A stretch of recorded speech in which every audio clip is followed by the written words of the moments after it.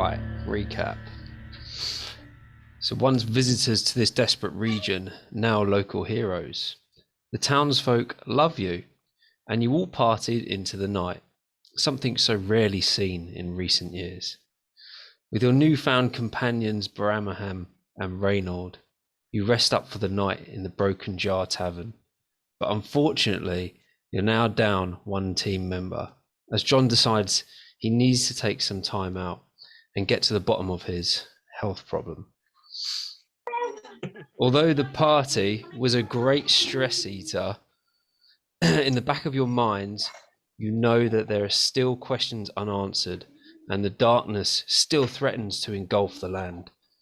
A darkness that is stirred by recent disturbances.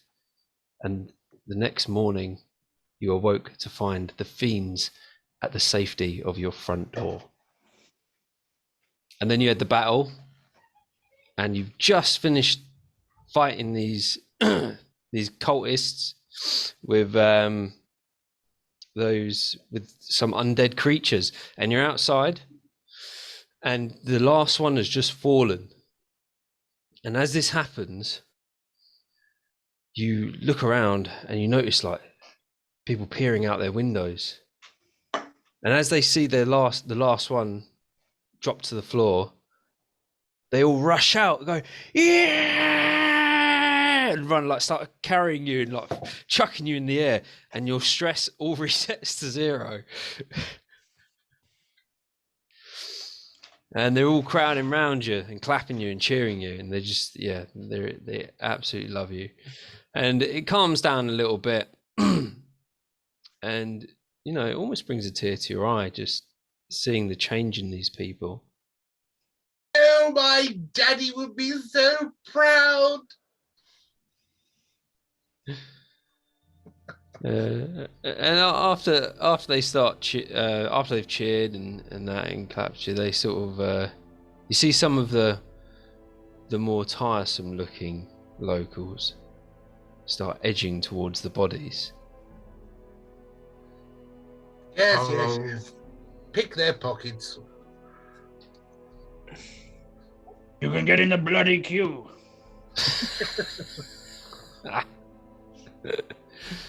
If there's anyone that's near me, I'll go investigate to see why the F did they try to attack us. Yeah, I think you finished near. I think you killed one of the cultists, and so you're right near the guy with the Teke Kargis. Yeah. I think I killed a woman. Did you? Oh, you must have moved up to the woman then. Yeah. Okay then. Roll me an investigation on the body. Cool. I say, what are you looking for? That seems like a jolly good fun. Perhaps I will for 14. Dive into a man's trousers as well.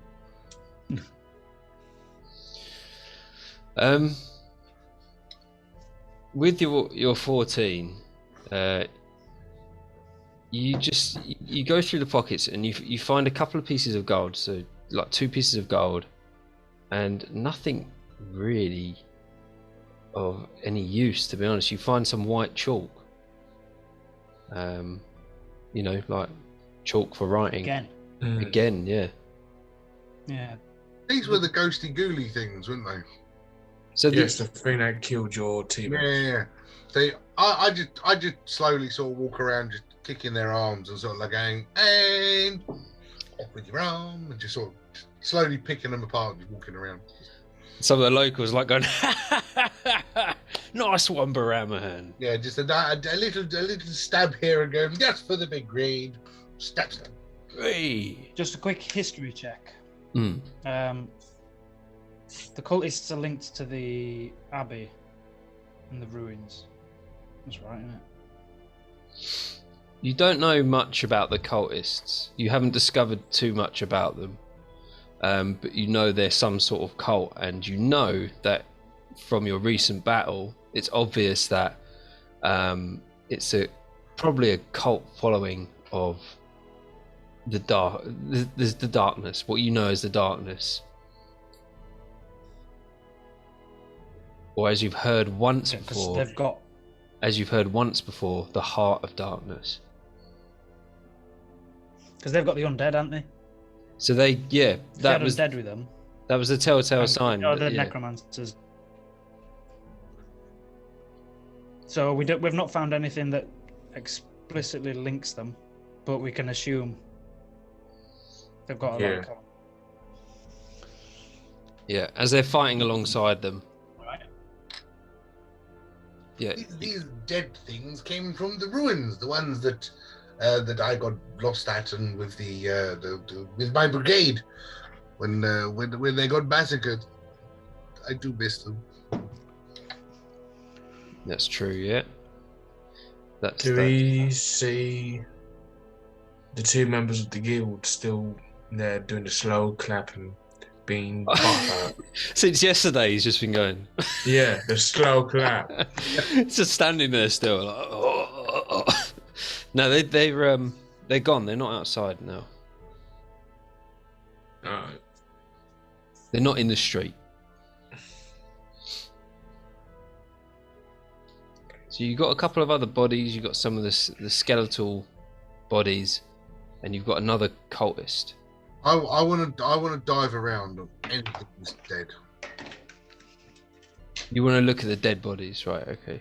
Yeah, let's prod and poke and stab all the dead bodies when I'm walking around. Okay, roll me investigation on. We'll say you investigate all of them. Okay, right? I've enjoyed stabbing them way too much. 6.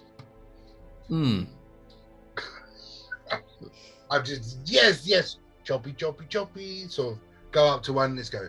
This little finger's coming off, and so is this one. Oh, what a bad roll. Sorry, bad luck.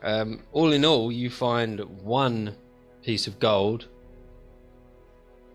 on one of them, and you don't find anything else apart from their tattered armor and weapons, apart from a small piece of parchment. It's massively battered and ancient, but you can read it, and on this parchment it says a lot of money for my education.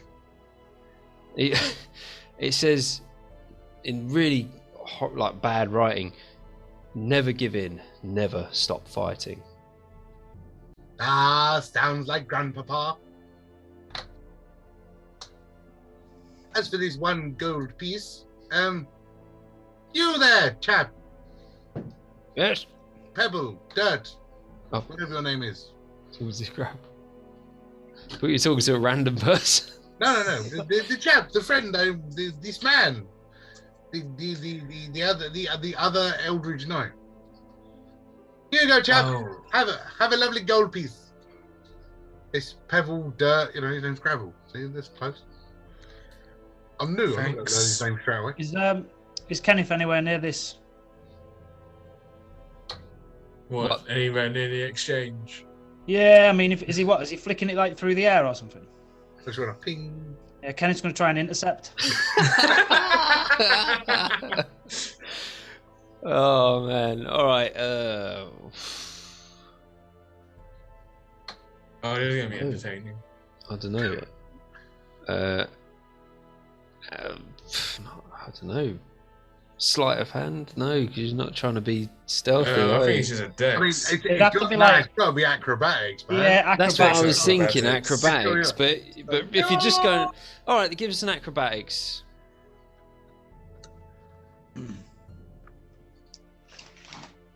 I'm sure I've got minuses on this. I might even have a disadvantage because of my armor. No, not on acrobatics. Surely not. You might do. I've got quite a few little bits like that. Okay. Acrobatics. Yeah. So disadvantage -3. So I got a nat 20 and a 12, so I got a 9. Oh. Within 9, you reach out. You go, I'll have that. You go to grab it, and you just ping it, and it pings and lands on the floor in front of Gravel. So you don't actually catch it. I'll pick it up and If you really want it, you just need to ask. You don't need to go fall flat on your face. Oh no, I just wanted to feel part of the exchange, that's all. So you don't want it, or you do want it? If I find any more, you're more than welcome to them. I'm already rich. Finding bits of gold pieces on the floor is not something I really do. Dirty money and all of that kind of thing. And Kenneth's quite rich anyway. He's just a greedy bastard. Yeah. I come from a very rich background. Father was a lord, you know, and mother was a whore. Yeah. Very open for a person who just met. Well, I mean, we did just kill lots of undead beasties. I mean, I've got no reason to mistrust you. It's not like I've told you what my bank account number is. So have all the corpses been searched now? You've got one cultist left. Kenneth will give him a little search then. 14. 14. Oh, minute. Plus 6. 20. Investigation. Nice. Investigation, Yeah. Yeah. So Lucky dice is out.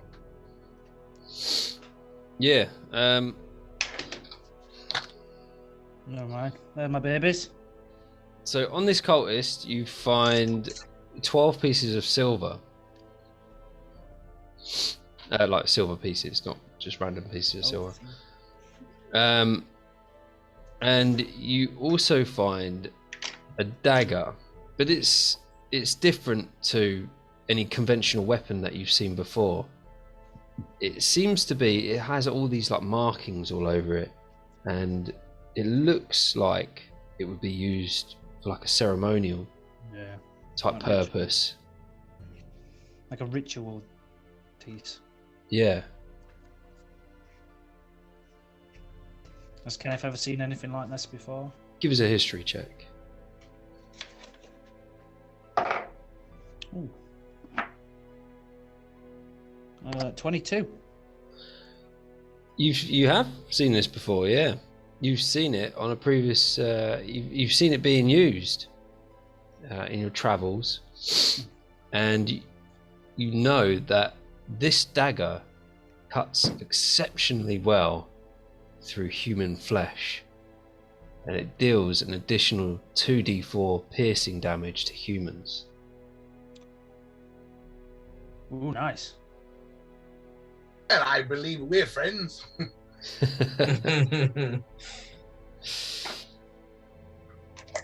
And that's it. That's all he's got. Cool. I'll pocket that one then. And he's got his normal weapons as well, the Tekikagi, and the other one has got her staff, but to you it's pretty useless. You don't really know how to use it unless you want to use it as a quarterstaff. The Tekikagis are battered on this one. You can see that they're almost ruined, with almost no value anyway. And the same goes for the undead's weapons. They are pretty much ruined.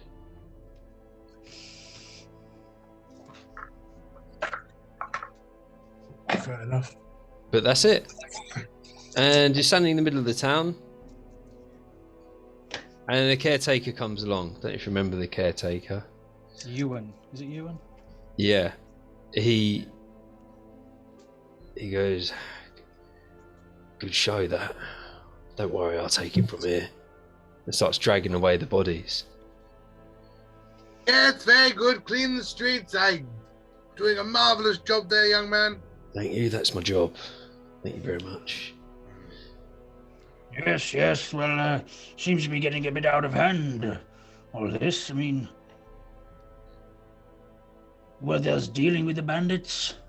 Now I think we might have to deal with Cultists. darkness of the Abbey next. Looks like Kenny's crab shack may have to wait. So what are your options here, just so you know, for James, right? Because he's not... I don't know if you've watched any of the videos. Mate, I have enough trouble trying to keep up with my own campaign. Yeah, same. So in the hamlet, town hamlet, you've got the tavern, you've got the blacksmiths. Behind the blacksmiths, you've got a guild which 2 previous adventurers were paid to sort of do up because it was previously abandoned. Opposite that, on the tavern side, you've got the sanitarium, which you haven't been to at all yet. And then right at the back, so these are the main buildings within the town. Right at the back of the town is the Abbey, and there's a lot been going on in the Abbey recently. But it's all been sort of put to bed in a way, all been dealt with. Being put to bed. I used to date a woman named Abbey. She was marvelous. And then, like in the surround, this is like the main town centre, and then in the surrounding area, you've got all residential houses all around until it eventually gets to the edge of the forest, and that's your immediate area. I say, gentlemen, just because of the new journey and picking up this lovely new shield. How good is the blacksmiths in town? Have we visited it yet? What could you tell me about it? They're 2 unique individuals, I'll give you now. Unique. Okay, good. Are they masters? Are they masters of their craft? I need somebody who's a master of their craft. Did they fix their forge, or is it still knackered? No, because, well, I mean, you don't know. You haven't had an update 'cause you haven't been down there, or you haven't asked them about it when you saw them in the bar. But as far as you know, their like super forge isn't up and running yet. And you'd know because you'd look at the chimney, and it would be blasting out smoke if it was. So they only have 1 forge? They've just got like a basic forge. So their super forge. See, because I've missed it. So what would their super forge make? So I'll tell you exactly what, right? So they need this special part for their forge. It's a rare design that's not found very often at all, being rare. And they can't get the part from the town because nobody makes the part, so they have to get it from the nearest town, which is White Valley. And White Valley is a good 2 weeks travel. I say that's not exactly around the corner, is it? And it would cost it would have cost 500, but Kenneth swindled them for 200, so it's now they need 700 gold to get this new part, and then wait the 2 weeks for it to be delivered.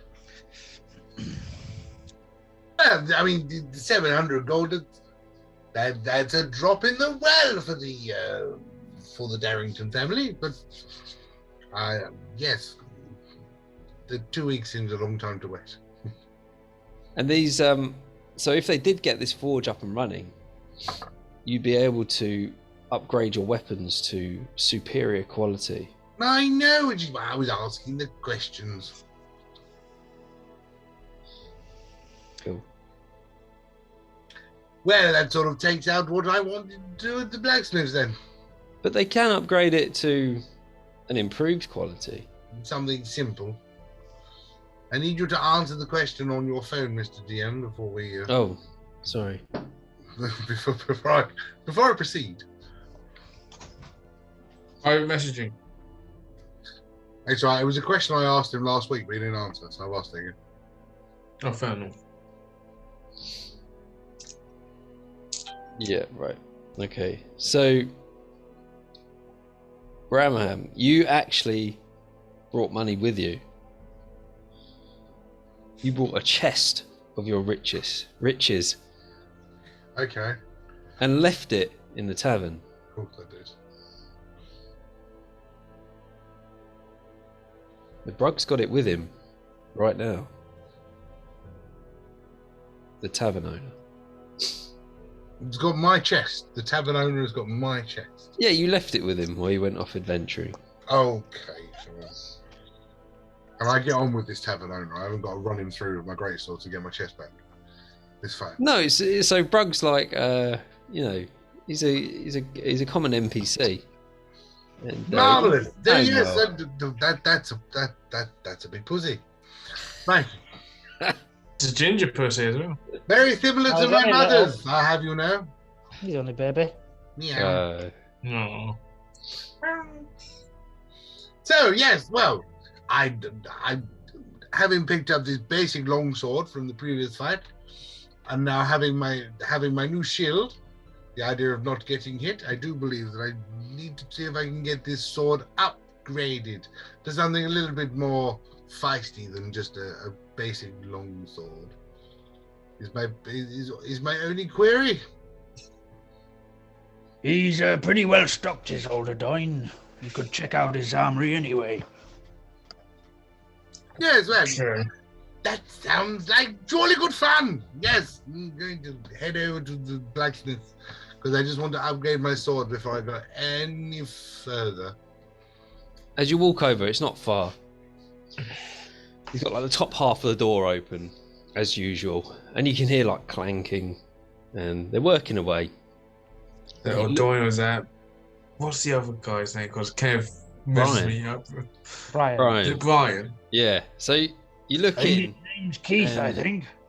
you see, they're two Okay, I trust dwarfs, again. and you see one dwarf, younger-looking bloke, working away, and then an older, fat one sitting on a chair with a pipe, just. And they don't notice it. They don't notice you, and like the older one is Brian, and he's like looking away. Well, in the only way Baranaham knows, smashing in, like bursting in through a door. Hello, good afternoon. No, you bastard! Lovely to make your acquaintance. My name is Baramaham, but you can call me Bar. Lovely to meet you, Bart. Lovely to meet you. Sorry about yes. that. He's brand new. Could you go out the door? We put the half open so you can just pop your head over. Then You want you, me to go back outside? I can do that. yeah, outside. We do your business through the door. Sure. That's how we do it. Okay, so I walk round, shut the bottom half of the door. Yes, hello. Here I am, Right, looking hello. like a bear. Hello. Right. Hang on a minute. Hold on. Steady. I wonder what he wants me to hang on to.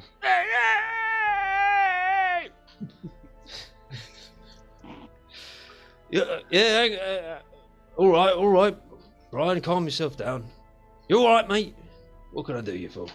Brian sounds very familiar. Yeah, he's been around. He's an old boy. He's been around for years and years. What can I do you for? Well, just a quick question. I picked up this longsword. It seems to be a bit battered and broken and bruised, but I like something a little bit more shiny and sharp. Right. So you want it sharpened up and sorted out. I'd like something that could slit people the way you only want to slit them in your dreams. Well, I wouldn't know, mate. But you know, I do the best I can with what I've got. The old. Don't we all, darling? Don't we all? Yep. Hey. And Campaign. he looks over. He looks at it. And he's like, ooh. Brian, what do you reckon? Hey, get a look here, mate. Just have a look at that, then I'll see what I can do. Oh. No idea. Yeah, right. Yeah, nice one, Brian. Keep smoking your pipe. I reckon, mate, this is going to cost you about 15 gold. 15 gold, and I can sort it out, get it to a reliable standard. Because at the moment, you ain't doing much damage with this at all. Yeah, that's the. I mean, my plan is to turn it into something a little bit more exciting than just a plain longsword. You see? Yeah, and if you know, what we could do is we could upgrade it even further if you're willing to pay the gold and wait the extra time. Well, I've got the time. I've definitely got the gold. Okay, so what we could do for 55, 50. I'll do it for 50. We could do it for 50, upgrade it even further. The best we can do without the big forge up and running, and that'll make it superior quality. All right, but it'll take us about 3 days to do that. I mean, my great sword will do me until then. So yes, sure. Excellent. Right, money up front, though, mate. All Money right. up front. I will pop to the tavern. All right. Get the bleeding money up front. Yeah. Right, Brian. Got it, mate. It's now I've got a price. I suppose I head to the tavern and go through my chest, which is being guarded by what was his name? Brug. Brug. I like that. I'm not sure, 100% sure that I'm going to be able to pronounce that in Baramaham's voice, but yes, not a problem. And I will be back in 2 shakes of a Dragonborn's tail. All right, mate. Yeah, I got it for you. I'll leave it here by the door. Especially Dragonborns don't have tails. And you head off to check on your chest. What are you the other two doing? Do you want to upgrade anything? So while Bramham headed to the blacksmith, Kenneth sort of went to his room and then put the dust, forging dust or whatever it is. Oh yeah. And like took it out of the original pouch. Yeah. Crafted some other container with his forgery kit or something. Did he? And then inserted a letter from Dick from Whitehall. Yeah, that's it. Yeah, Dick. And then he's gonna go head over the blacksmith and give Adoyne his goods. So at the moment, it's just Gravel standing there, and Kenneth, you pass Baramaham as he's walking to the tavern. But yeah, Gravel, you're just standing there.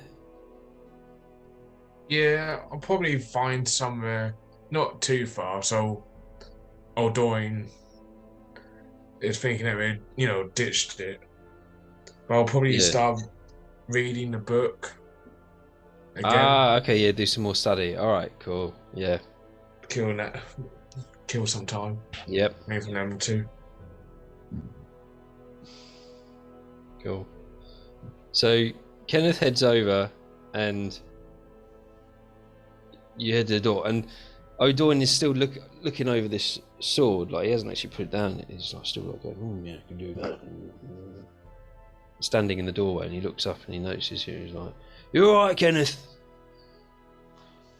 Oh, Adoyne. I've had a receipt from our friend Dick in Whitehall, and your... Oh, yeah, Dick. I haven't heard from him in ages. Good old Dick. Good old Dickie. You haven't had a Dick in a while, then? No. Not at all. Well, you wait for one for a long time, and then they all come at once. So, here's your shipment.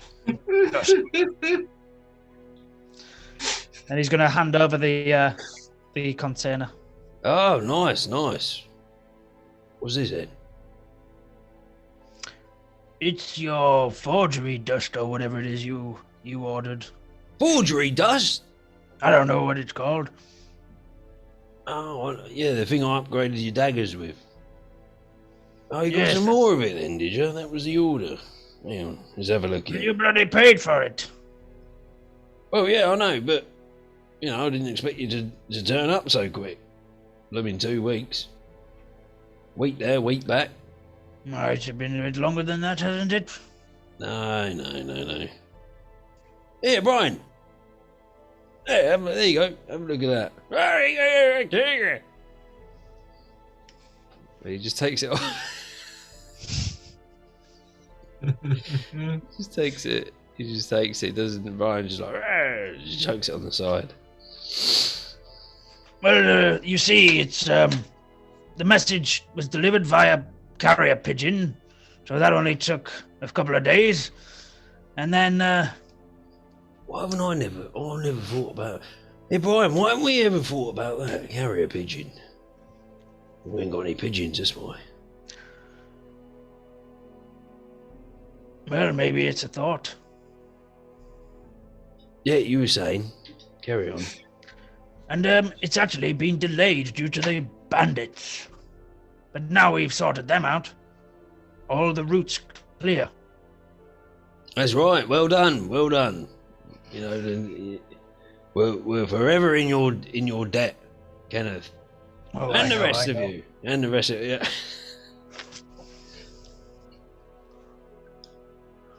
Is that all I can do for you? You were just going to give us the dust. You got anything else? No. I'm fine, thank you. You've done enough for me. All right, and yeah. Oh, you've done enough for me and all. Thank you very much, there was Kenneth. one thing, though. Yeah. Although it might be depressing if I tell you. Oh no. Go on. I've got to hear it now. When we were routing the bandits, I came across a diamond the size of my fist. It would have been more than enough to kit you out with the very best of the Ford, but I seem to have misplaced it and lost it. I've been through my kit and none of my companions are aware of it. Misplaced? How can you misplace a bleeding diamond? Well, I'm not too sure. It's quite uncanny, actually, because I put it in my uber safe, special, pickpockety, stealthy, thievy pocket, and I don't know, it's as if someone magically picked it out. Maybe it's too secret. I can't believe. Why'd you even tell me that? That's just depressed me, that has. No. And he walks off. Okay, ta-ra, Doyne. Yeah. They're back over at the tavern. You walk in, and there's a couple of locals sitting around, not really doing much, just having a couple of drinks of the yellow stuff. And O'Doyne's just there behind the bar, and he's like, "Oh." Right, man. You alright, mate? Hey, hello. Yes, I've just come to dive into my chest to grab some pocket money. I need to go and sort out a new sword. Yeah, cool. Just out the back, mate. Bye. Thank you very much. And you head out the back, and there's barrels everywhere. The floor's wet with ale. It looks like it hasn't been cleaned in ages, and you find your chest amongst the barrels that Fred's been like chucking around and sorting out and filling with ale. You find your chest, and it is like soaked. You can see where it's like seeped in at the bottom, and it just stinks, that horrible sticky floor smell. Well, I know my mother used to have to deal with worse. I'm sure if I need to be, I'll buy myself a new chest at some point.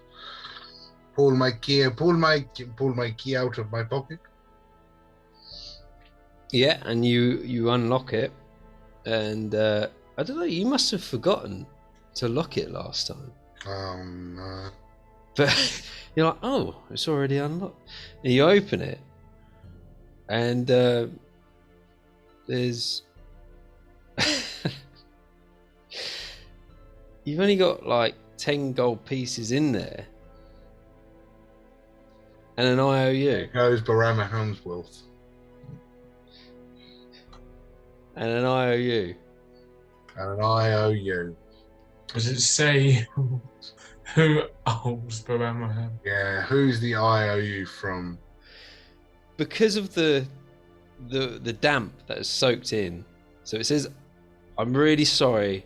I've had to use this cash. I promise I'll give it back to you. Signed. And it's all the damp has just like blurred the signature Of course on it. it. So you don't know, and the name, you don't know who this person is. Of course not. So much for my fucking sword. That's what I fucking wanted. Bollocks the shield, I'm going to go and sell it. Right. Well, I've got to say, fuck this place. Have you ever seen Baramahan angry? Oh. But as you walk I out, say, you horrid piece of shite, barman. Yes. yeah, you're not talking to me, are you? Well, I fucking am. Where the fuck is my gold, you fucking bellend? It's I had to use it, mate. Yes, well, I might use my fucking sword and insert it in your rear end.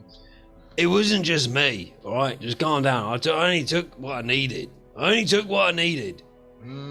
right? It was this other bloke. He caught me in the act. And to shut him up, I had to let him have his own take. But he took too much, and I couldn't stop him. But at least he left you that note. He said he left a note. Anyway. Yes, and what was this person's name, please? I don't know. Allows you to take my money. He was scary, all right? He was scary. He was scary, was he? But I promise I'll give you your 200 gold because we made it back from the party anyway. I've got it here. Right. There's your 200. That's just what I borrowed. All right. I needed repairs after all sorts of shit happened here. There I was feeling all rich and powerful and get me sword. 200 gold and the bar's still good. Oh, I'm happy with that. Obviously you're not too concerned about that, but look, here, take this. Take it. I will take it. Thank you. Yes. But the rest of it's gone. Of course it is. And you had all sorts in there. I know I did. I know exactly what was in there. This DM. Oof. Well, somebody has put himself in my bad books. And I'm looking at you, dipshit. There's Which way are you looking at this? The bomb. You're on video call. I'm sorry, mate, right? But I repaid my part and I promise Bastard. that's all I took. I promise. That's all I took. Alright, I'm an honest man. I am an honest man. I've helped you out as well, you know. Not just you. But I've helped the rest of it, your whole team, your new team mates out, your new party. We've we've gone a long way together. Oh Well, yeah, my new team. Yes, did they let you look after their 3,000 gold pieces and come away with 200? I don't bloody think so. No. Hearing that, Kenneth Sears are going to buy. No. You're at the blacksmith. Kenneth's at the blacksmith. Yeah.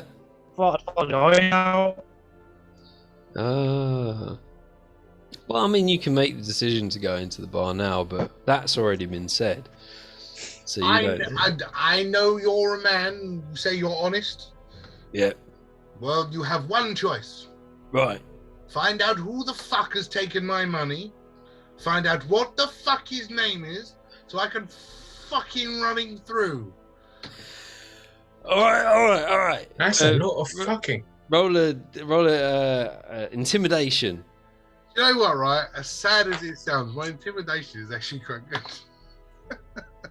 19. Very angry.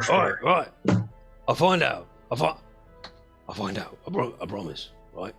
Don't tell the others it's happened, or their trust in me will just be gone. And I can't have that. Not in these dark times. 3 days. Right, I promise I'll get you the name. I'll find out who it is. Scary looking guy, that's all I've got. Just, oh. And, oh yeah. So, Gravel, whilst she's like leaning up against the wall, just like reading your book. Yeah, just reading it. Yeah. Oh, right. Yeah. Yeah.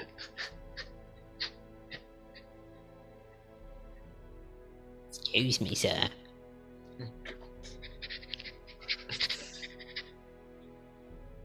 Spare a coin. I'll close the book, look around. Is it because it sounds like a small person? He's like hunched over. He's in like Oh. rags, and he's like looking up at you. Like, spare a coin, please.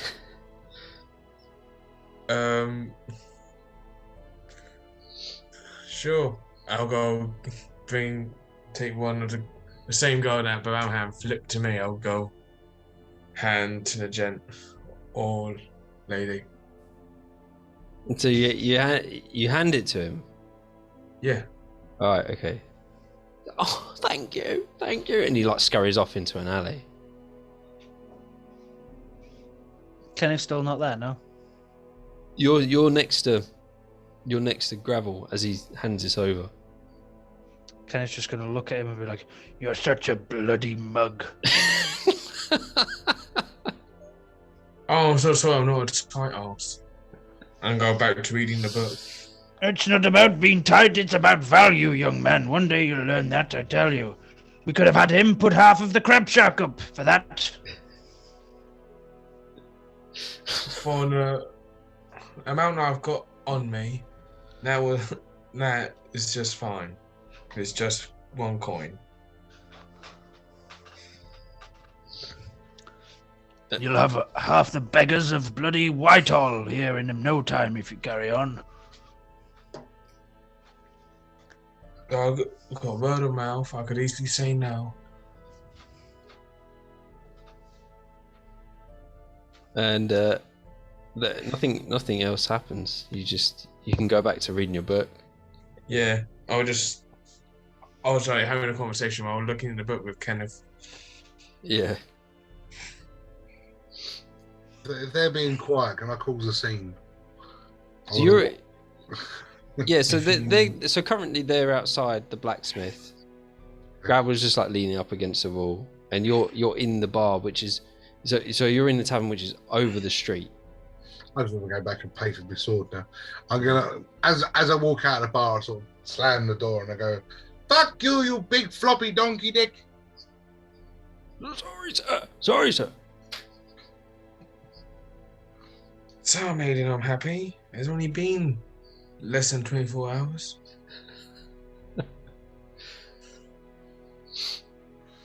Oh, I could tell you a few things about that tavern owner. I just want to pay for my sword and be gone. Let's go and roll some heads down the street. You're not Oh, angry. what's the issue with him? He's been fine with us. Did he allow a strange person to go through your luggage? Then again, we don't Well- have a lot of luggage. Well, I don't personally. Unfortunately, I don't travel very light. And I carry around a chest, but my chest has now been emptied massively. Well, to be honest, you serves you right. Leaving things of such value in a place like this, under the conditions where they're in basically have nothing to eat. They can't get things in and out of the town because of the bandits. You can't doubt it on yourself if you ask me, old chap. Yes, well, what's done is done. But now I just wish to roll some heads down the streets. What's next on the agenda for the what are you called? You don't have a group name. You don't have a group name. You could be the new brigade. Yes. God's sake, I knew he was fucking setting that up. Well, best go talk to Ken if he's been here longer than anyone else. I say, with my family's money, I could pay you handsomely for joining the brigade. Okay, well now you're talking my language.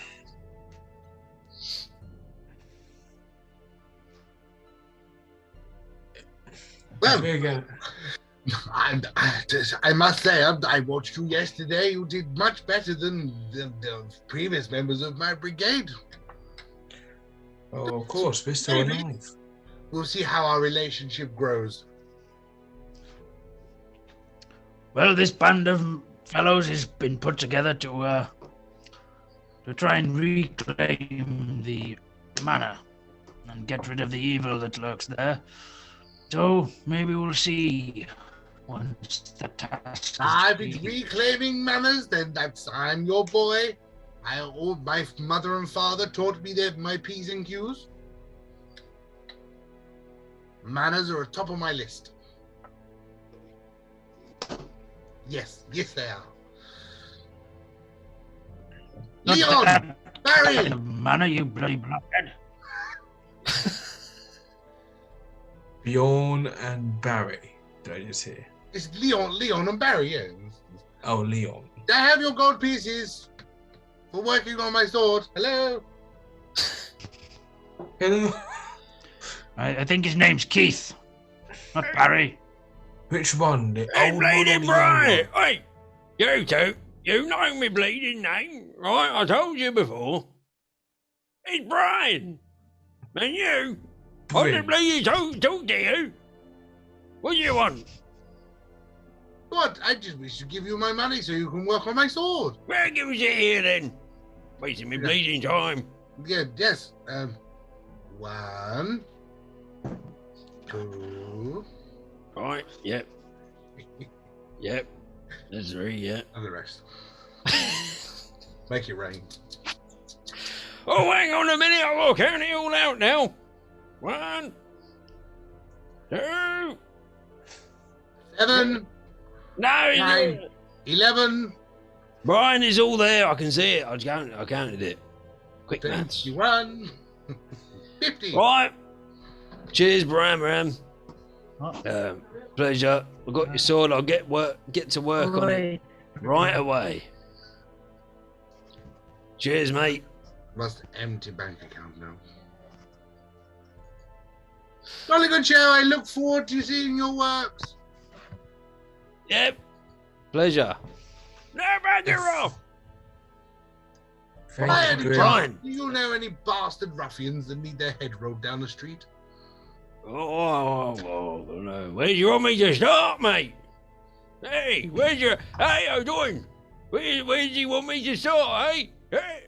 Well, actually, while I'm here talking to you, you don't happen to know any rather large, scary men that have been flashing a lot of cash recently, do you? Well, I know, right, there is a bloke who's been flashing a lot of cash, as you say. But he's not, This guy. he's not scary. Who? I would just like be pointing at a bar. That's the only guy I know that's been flashing the cash. He's one of them. I've got That's a right. ponytail. Yeah, he's one of them. He's not scary though. And True. Not by any stretch of the imagination. the other one that I'm thinking of, he's not scary either. Oh, bollocks. But he's flashing the cash. He's dressed really well. Yeah. But unfortunately, I can't help you other than that. Well, it was worth a try, I suppose. Onwards and upwards. Come, brigade. Yes, I like the sound of it. Come, brigade. I will close the book. And I don't quite like the sound of Kenneth's Come Brigade.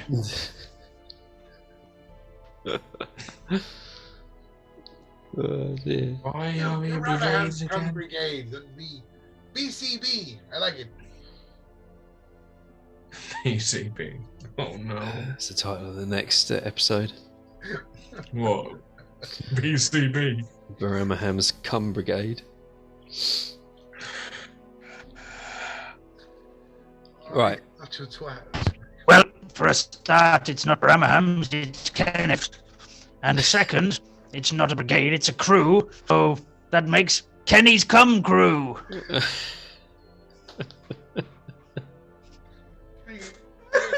It sounds like you're selling fried chicken.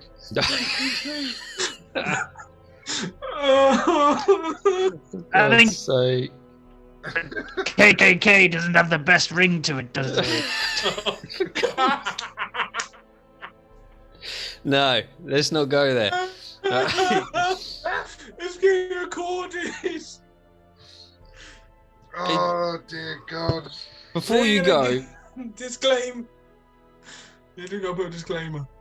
before you go, O'Doyne leans over the door and he's like, "Here, seeing as you got all that gold there, you fancy investing in getting that new part for our furnace? We could send for it today and be back within a couple of weeks." Don't have that much bloody gold. I've just been robbed. Well, we've thought- made it. Yeah, Don't you talk over me. I'm rich. Right. You're not Well- the only one that's been robbed, actually. Yeah, where can I get hold of a carrier pigeon to send to Daddy to send me some more money? Don't ask me. We haven't seen a pigeon in these parts for. Oh God, it must be at least a decade. Ah, they stay away because they know they're going to get eaten. That's right. Fair enough. What have you lost then, Kenneth? Well, I seem to have lost one of the items I picked up on our travels. And it was a diamond the size of my fist. I kid you not. That's But- diamond. I had Biggest I've ever sapphires, seen. rubies, emeralds. They all look so beautiful. And now they're gone in somebody else's pocket. So maybe the same culprit has been in your chest. Is that the reason why you gave us that questionnaire? Well, yes. Can be too careful with the company you keep. Fair enough. Well, I need to take out some thunder on some bastards. Let's stab somebody in the groin. So you've got your options, right? So you've been to the blacksmith. You've got the Abbey, which you haven't been to in a while. You've got the guild, which you haven't been to since you first got to the town. And you've got gravel. You remember that you saw that bloke as Yeah. well, and the conservator. He's currently working on a book, which you left with him. Yeah, that's what I was going to go try to talk to Kenneth at the party about. Yeah, and that's it. And you've got the ruins, which there's a lot of activity coming from the ruins. There's a lot of activity coming down from the ruins into the town, and then you've got Kenneth's Crab Shack, which you could investigate as well, because obviously the crab meat comes from one place. So there are your options, really.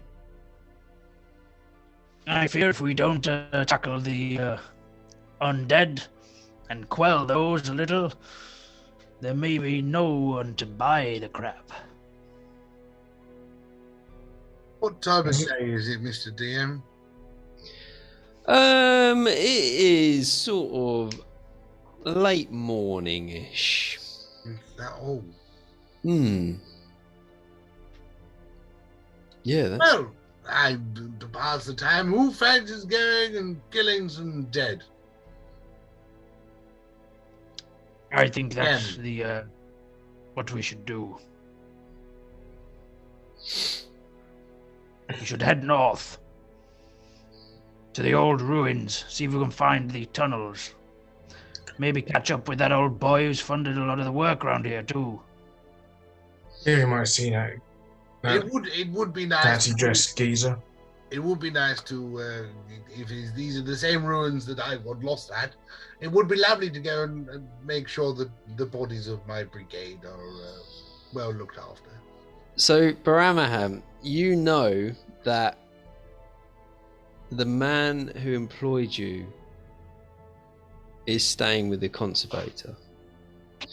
And, to the conservator! And you know that you went to the western edge of the ruins. Like, there's a western entrance that you were told of, and he wanted that western side cleared. And you only got so far. You got quite far in before they just overrun you. Yeah. And then you had to... I mean, effectively, have I still got the job? Like, I'm still carrying around the job. Yeah, you've still got the job. Okay. So we just go, hey, we can go back to the ruins. Continuing to clear the west side. We finish the job, we go back, we get paid. But I don't want to be like your party. Well, we did most of the work. Perhaps we try the eastern side. Well, you got to feel distraught. You want to go see if your parties, are not, scavenged. In truth, you put up more of a fight than my brigade did anyway, because we survived the fight with the undead ghoulies. Depends on how much undead ghoulies are down there, as she put it. Yeah, that's a good point. Because we got the voice of God that is a dick. Very true. I started this evening rich. So what are you doing then? Are you going to go to visit any of these establishments? Something else appears out of nowhere. But I want to go to the conservator. We don't need to go to him. We can go straight to the ruins because I've already got the job. Well, if it's a job, it's a job. I think Kenneth will be happy because it says get paid. But again, that's not my character. Yes, is the job of clearing out all of those dead ghouly things from the ruins. On the western The side. same job that Kenneth got. You didn't get a job. Just the deed. Just to right soon manner. So you've got that letter. You've got the letter which states that the deed, isn't it? Yeah, you've got the deed, and the deed to the land is yours if you can get rid of all the horrible beasties in the area. That's from the very first episode. Yes. Yeah. So you've still got that. Well, I mean, I've got my little piece of paper here from. I was just checking for his name, Lord Aurelius. Sounds Greek. which is good because I learned how to speak Greek in my younger days. But yes, I mean, we can clear the western edge of the ruins and try and find the excavation site, and then we can go back and get some moolah. Well, I'm more than happy to acquaint you on this, as it seems our quests have some overlap. Yes, then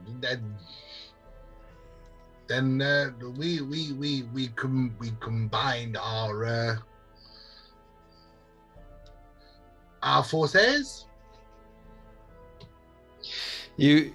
As you start walking through town towards the route the proven route, basically, you notice, you look over to your right at the guild, and you can see like the two guys. You see the elf, and he's like, they're going to die. They're going to die like all the others, and they're not even coming here for training. How pathetic. Do we hear this? Do we overhear this? Kenneth hears it with his passive perception of 17. Oh, shut up, you bloody pansy elf. You've been out there how many times? We've been out there a bloody umpteen times. We go out there for bloody breakfast and come back. You go out there once and you get bitch slapped. Now get back in your box, you pointy-eared ball bag. Roll me, carry on walking. Bitch slapped. Roll intimidation. Oh, love that.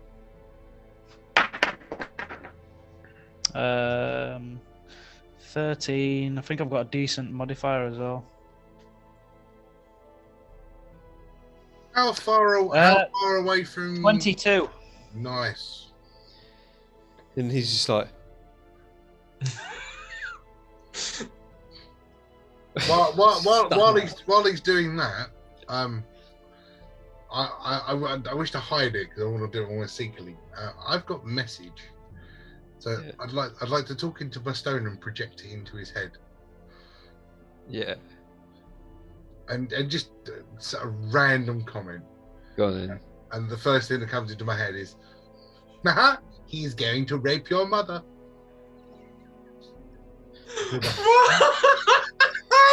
And that's what Baramahan does. Sorry. And he like goes,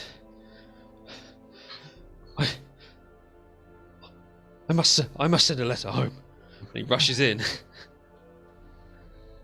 He rushes back in, and like the other guy that's with him, the human, he's like, what the fuck? And just watches you guys walk off. Is he still in leg splint now? I put him in. Or Yeah, is he still no, he's still injured. He's like permanently injured. Yeah, he's still got the splint. Yeah, he like walks around. So he's got the splint, and he's got like one sort of makeshift crutch. Yeah, and he like limps around. I want to make use of my cantrips. I whisper into my stone again, and I go, "I'm not my mother. Stop looking at my ass." to the guy with the crutches.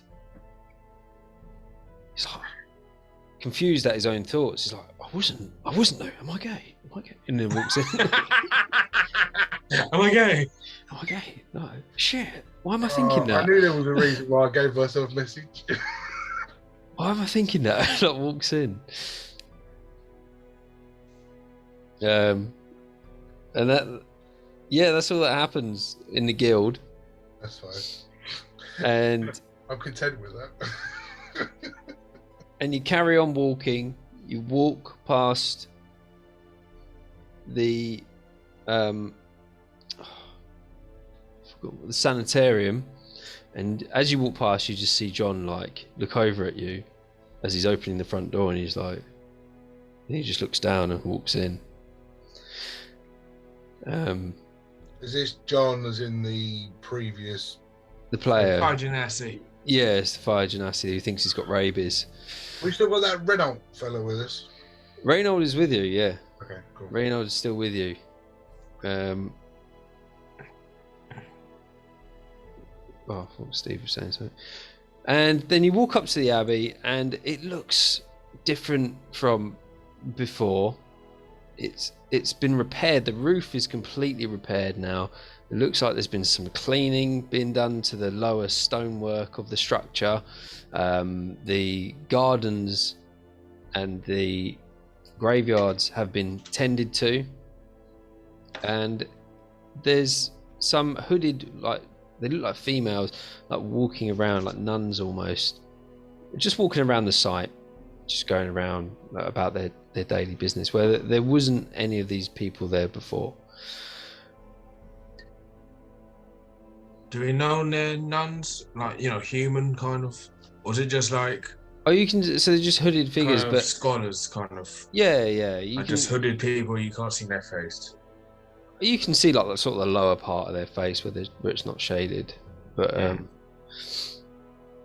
yeah, you can. They're not any threat to you. You can tell. Yeah. But it's more lively than what it used to be, and cleaner. Is Fred with us, is he? Fred's with you, yeah. Yeah. There's just John on this team. Just John, you're going to be missing now for a while. And as you're walking up, you walk past the Abbey and you get to the forest's edge. And the old road that continued through the town and up to the manor is more of a proven route now. So people have been going up and down there. Lots of teams have been using this route and tackling a lot of the wildlife and whatever that's been jumping out of them. So it's a pretty solid route for you to follow now.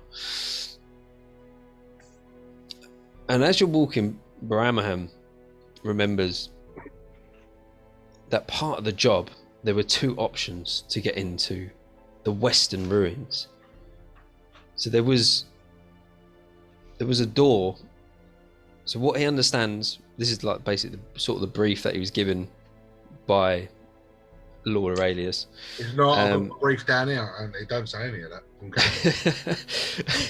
Okay. So a lot of the castle ruins are so old, and they've been victim to subsidence over the years quite a bit, and with the weald overgrowing and then the mushroom growth within it's just sort of like enclosed around the ruins.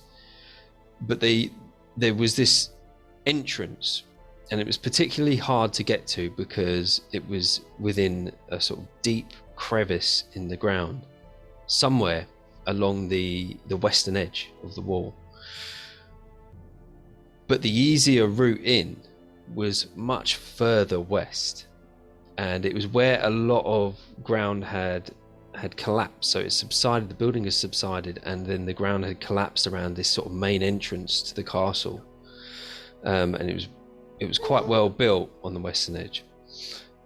But they managed to find a hole and go through to this cavernous area and get in, and that was the way that Baramaham and his party chose to get in. But there is another option, a door which leads directly into the castle down in this crevice, and he relays that information to you. Yes, all of that. Do you want to go the same way or try it different? I don't know. I mean, the last way got my brigade killed. I don't wish to get my new brigade killed straight away. Crew? Yes, brigade. Brigade, team, crew, who cares? We're a group of people doing a job. Yes, we can be a group.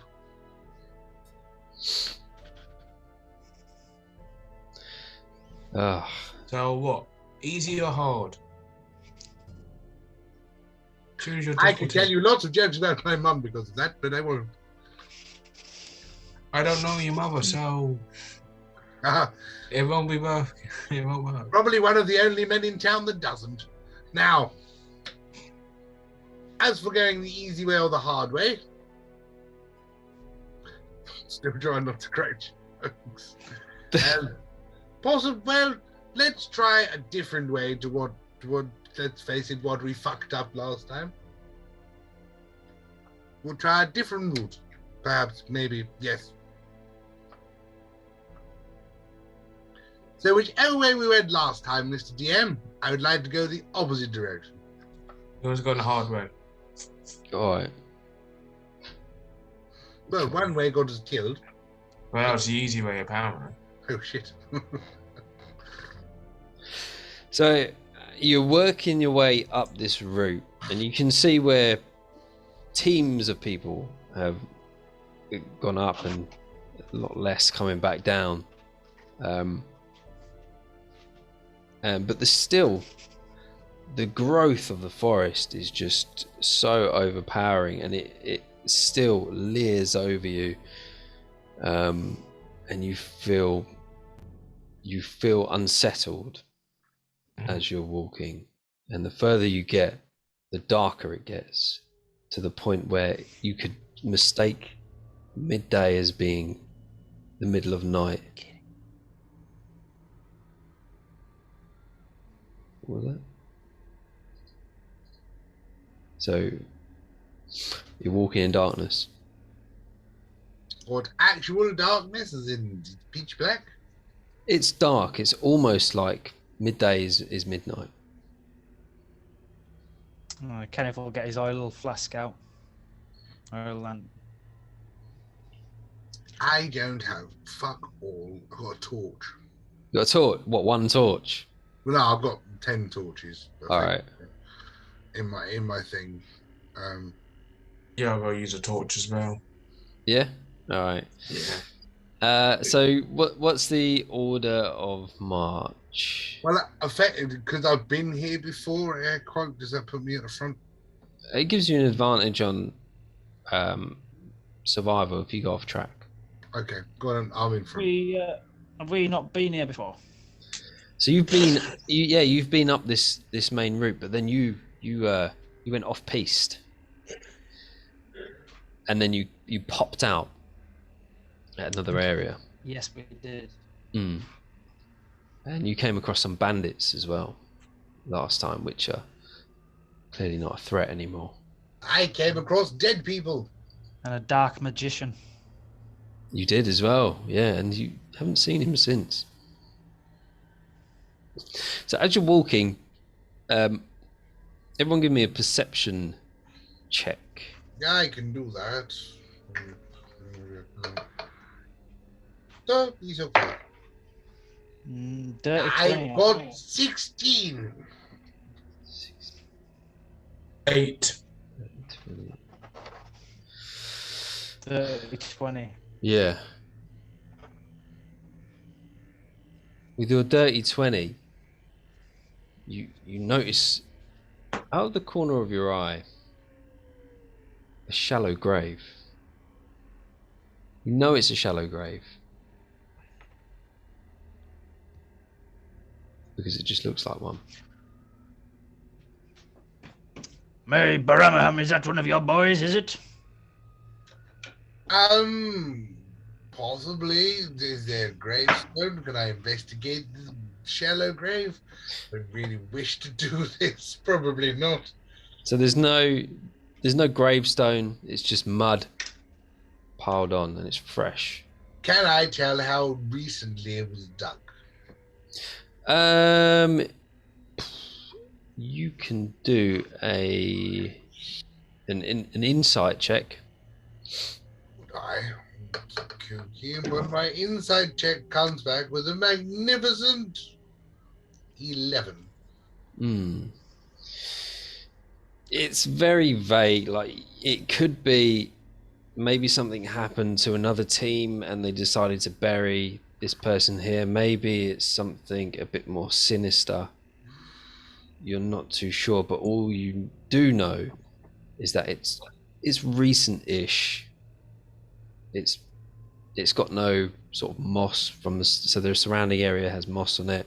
This doesn't. It's sort of settled but not, if that makes sense. It doesn't appear to be new enough for mine, because effectively my guys only died a day and a half ago. Yeah. Not really new enough for the brigade. Could be somebody else. much to my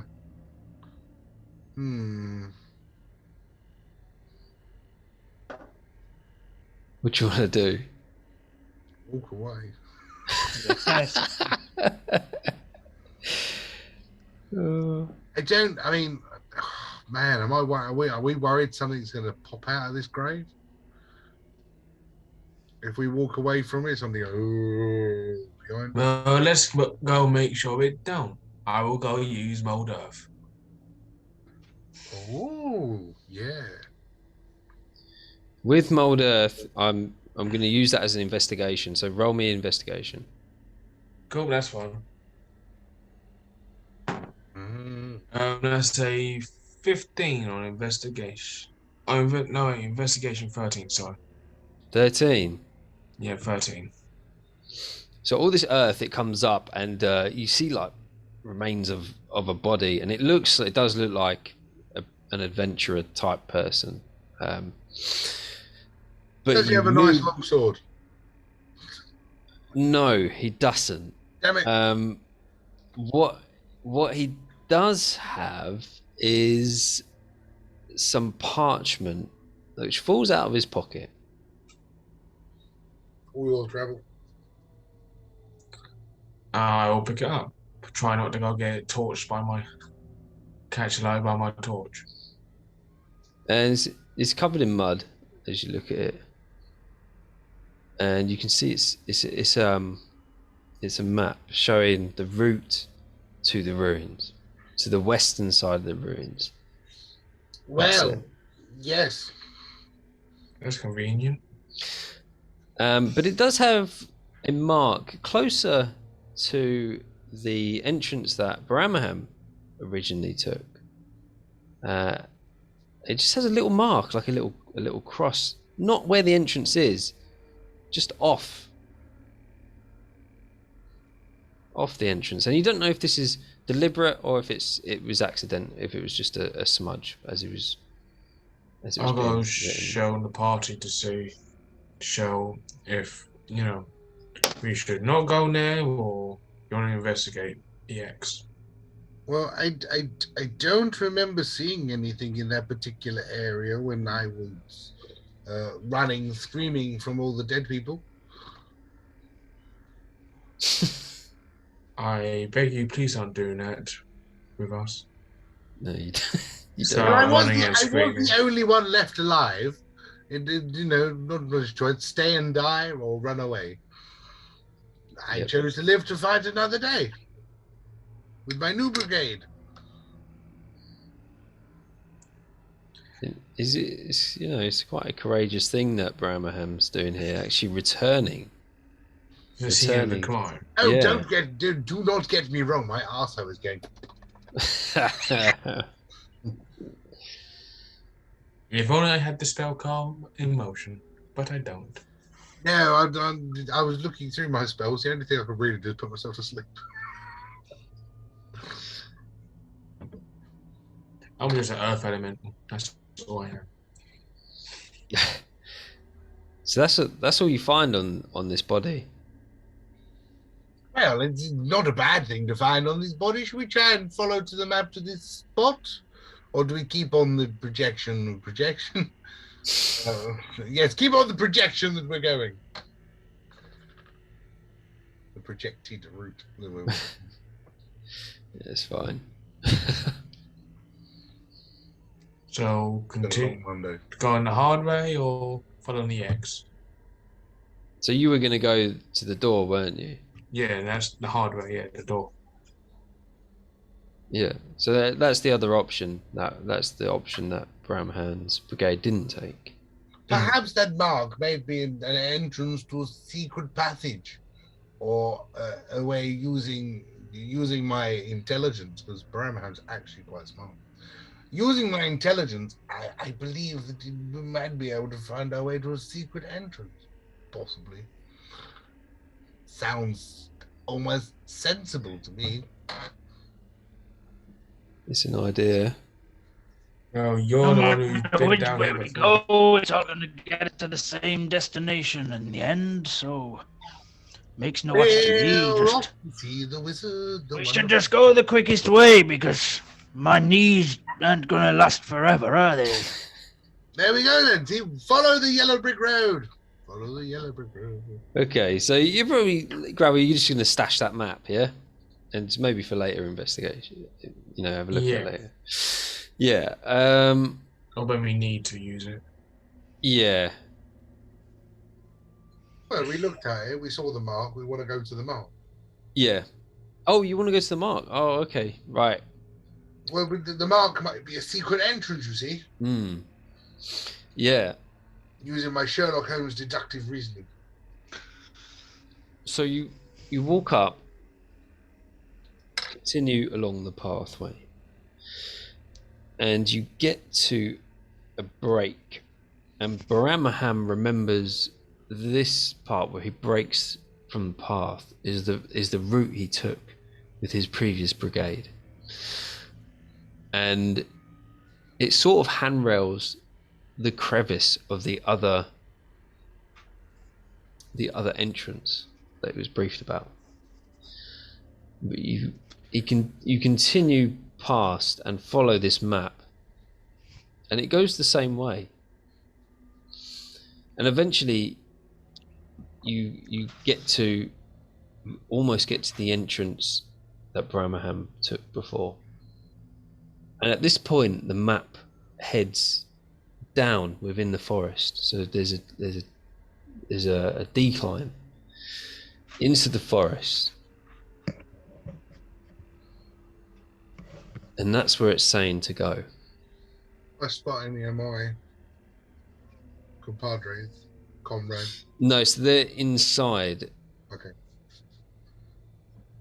Mm-hmm. So we're walking to that marked spot on that map. So at that point where it says, well, on the map it says, go down this verge or whatever it is, like down. It goes down into the forest, into the depths of the forest, and then to your right is what you know to be the entrance. So, I mean, there's a door, but do we continue to this mark on the map to see whether it's anything different, special, or otherwise?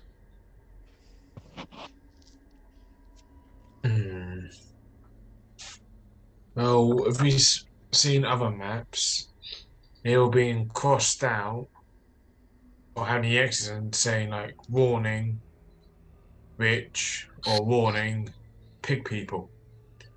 Does it have any does it say a warning, or is it just an X?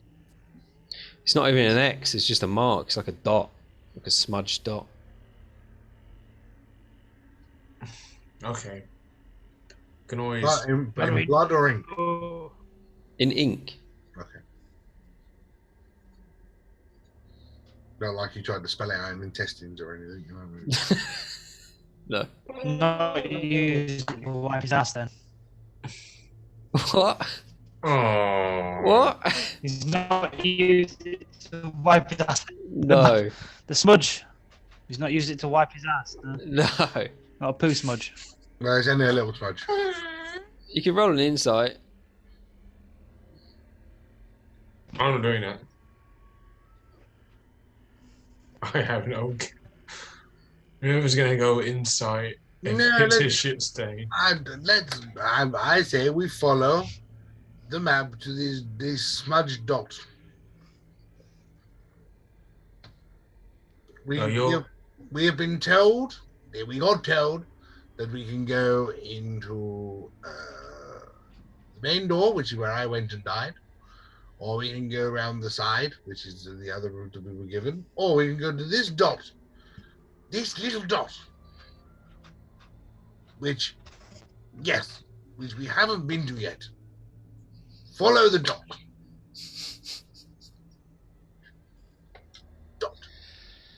Okay. Who's Go ahead. who's going first? Me. Okay.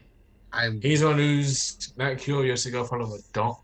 Yes. And what are the rest of you doing? Are you splitting the party, or are you all going down?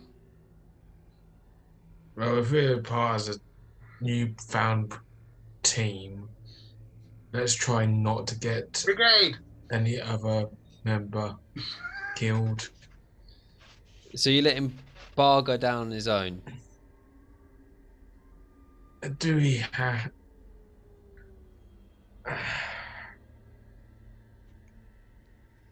What do you think, Kenneth? Should we follow him? Ooh, the dot. Well, we're not gonna be able to collect the reward if we don't, so let's go with him. To the Fine. dot. Aye, we're coming. Reynold offers to stay put and stand guard. Look Can't out. be a pillar. Follow the dot. All right, Reynold Guard what? goes with you.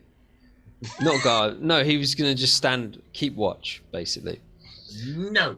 But yeah, he's been told not to. So. There are lots of dead people in here. You're helping. Come.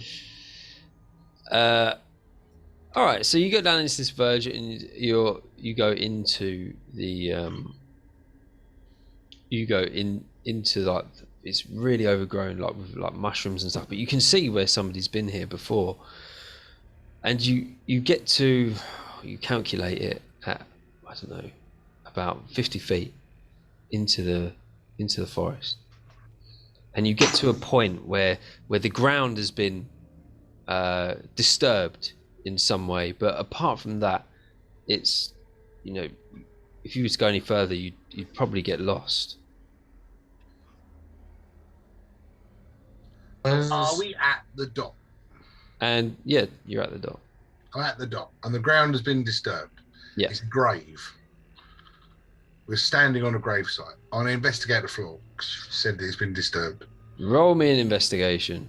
Yes, I will. 21. No, I lied. 17. You like move some dirt around, but you can't like pinpoint anything. It's clearly something's happened here. And there's loose dirt here, like it's been dug up, but you can't seem to find anywhere that would be a specific location for if anything was, hidden. Okay, well, I mean, it says, right, so with. Oh my god. With message, it says you've got to point at a particular creature. Can I? Now, this is where it says point at a creature. Now, I'm just going to take a wild guess, right? I'm going to put my talking stone to my mouth. I'm going to point at the floor. Yeah. And I'm going to go, hello? Is there anybody there? Only a blind check. Yeah. So you do it like a walkie-talkie, and Hello? Hello? Anybody there? you Are you there? you get you get nothing back. You get nothing back apart from the others all looking at you like, what the fuck is he doing? It's official, he lost his marbles. I wanted to see if there was anything underneath the floor. Might have got lucky. Who knows?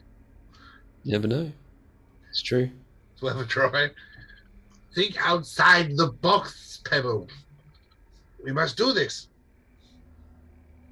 I'm not in the box. And so you're just standing there in the forest. Right, that was eventful. Well, the ground has been disturbed. That's one thing we've learned, I suppose. Do we see anything around? Is it just like an open field or? No, you're bushes? like in the thickness of the weald.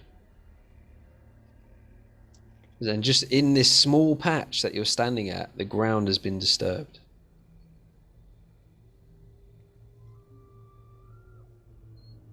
Yeah. Like it's been dug up somewhere. The thing is, it's been dug up. Something's under there. I mean, do you want to dig it up and see? I'll use mold earth and dig 5 feet under. So everyone's standing on this area at the moment. So you want... If he's going to announce he's going to use mold earth, I will move out of the way. Well, I think Kenneth will notice of me doing it because I always do the same thing. I do it. Yeah. I think Kenneth might give Bramham a little heads up. I don't think you will. I don't think Kenneth likes me much. Kenneth doesn't like anybody. Fair enough. So you'll probably see me just place my hand on the disturbed earth and just.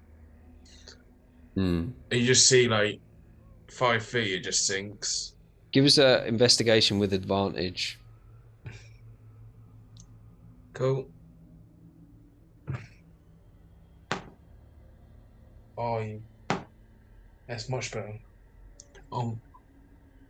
Investigation. That's a 15. 15. So you dig it up, all this earth comes up and it covers everybody. You're a bit careless with it, and there's nothing there. There's nothing under the ground. It's just, you've just made a big hole in the ground. I do believe that this DM is sending out a wild goose chase. I do So it like was just a fucking smudge. gooses. I would like to go check my dad at the DM. The voice of the sky.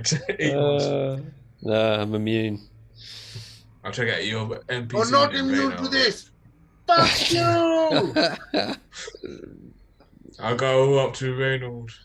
Your deity is a dick. And just continue back up to. He drops to one knee and he's like, starts praying to beg for you. Yeah, beg for forgiveness for you. Reno, get off your knees. Come on, we've got to head back to the castle. Right. Yes, of course. Well done. Well, that was uneventful, wasn't it? Come, Choose Kenny, a patron. let's head. And you head back You just call him Kenny. you head back to the track and you get back to where you were. And Bramham knows the entrance that he took before is right there. Firebolt! Firebolt? Yeah, fuck it, why not? I'm coming with bullshit. What I recognise the entrance. Yes, firebolt! So the entrance is a hole in the ground. So I chuck a firebolt down. So you chuck a firebolt down this hole in the ground and nothing, bit of smoke comes up. Bit of smoke. Well, if anything was down there, it'd fucking gone there. And there's a little bit of a rumble. And what we're going to do, take 5 minutes there. Down the hole! The hole awaits. And You know, this hole reminds me of my mother. I need an order of march here. Tally ho! Bramham. So we got Bar. Who's next? Who's at the rear? Oh. Right. Bob's not. I'll go to bed. Yeah. And then Reynold will go with you. And Fred will be then next. Or Kenneth, do you want to... You're probably better off at the back. Why am I muted? Dunno. Keep muting myself somehow. Yeah, Fred's towards the front because he's got dark vision, and then That's a good idea, Kenneth in the middle to keep him safe, as usual. Bramham's just gung-ho, just... He doesn't do it because he's brave, he does it because he's stupid. Huzzah! Right.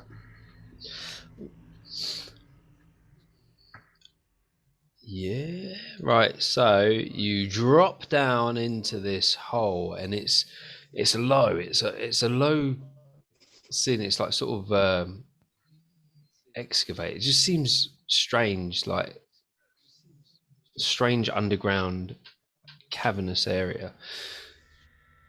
Nice little blue cloak, I like it. Yeah. So I thought that was the most fitting token for you.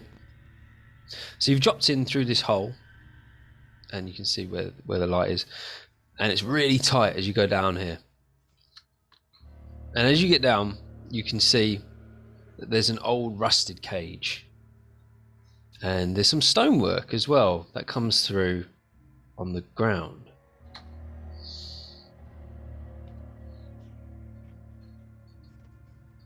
And as you walk in further, you don't have to move your tokens, we can just like scan down on the map. You go further down, there's a sarcophagus, which is old, has a lot of spider webs on it, hasn't moved in a long time. And you get to a point where just behind the rock on the right hand side lays a dead skeletal warrior, an even more dead skeletal warrior. He's going to wake up in a minute and fight us, I can tell. I can tell. I put my message stone to my ear and point at the sarcophagus and go, hello, is anybody in there? You get nothing back. You get nothing back. Make you eat hands or snaky. And what you see, you can move your tokens down if you want. There's no real need to, but if you want to, I'll do it.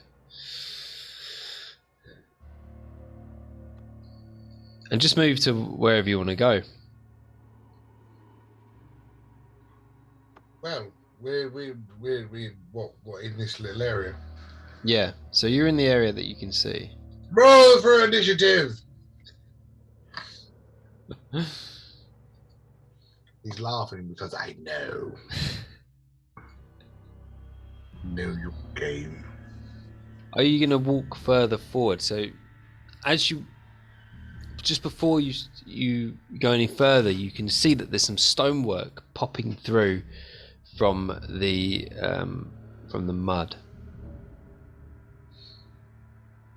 and you can see the stone floor, stone tiles. It's very nice. I must give the dungeon master credit where credit is due. It's very good. Thank you. But it doesn't take away the fact. Roll for initiative. Not yet. You know the I slab. will play your game as the dungeon master. What language is it in, or has it got any writing on the slab? It's got no writing on it. The It's just a slab. It's a sarcophagus. Oh no, I'm not talking about sarcophagus. I'm talking about. I mean the stone. So there's like stonework, the stone flooring. If we look left, Here. right.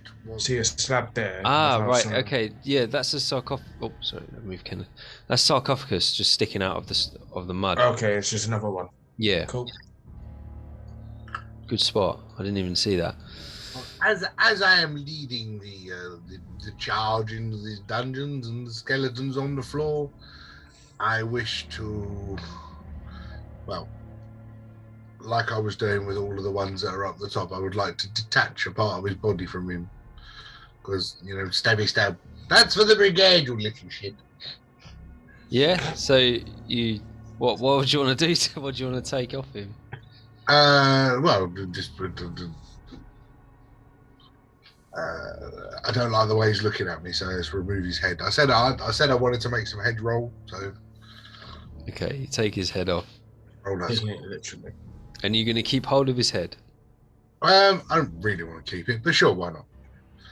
Ah, alas, poor Yorick. I knew him, Horatio. I'll take it if you don't want it. You wished you wanted. I'll take it in the skull head. Yep, all yours. Cool. You are welcome. And you can see in front of you, from the firewall, that some of the original castle ruin was fallen. So some of the wall has crumbled, or it's just so old and in disrepair.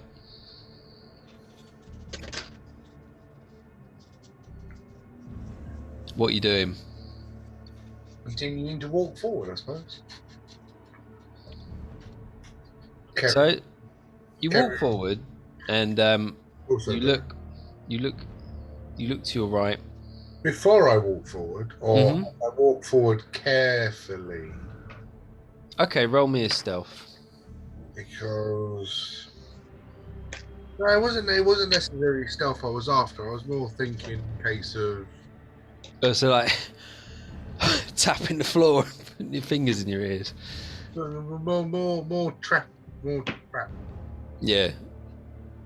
evasion. Roll a perception. Really any better than 15.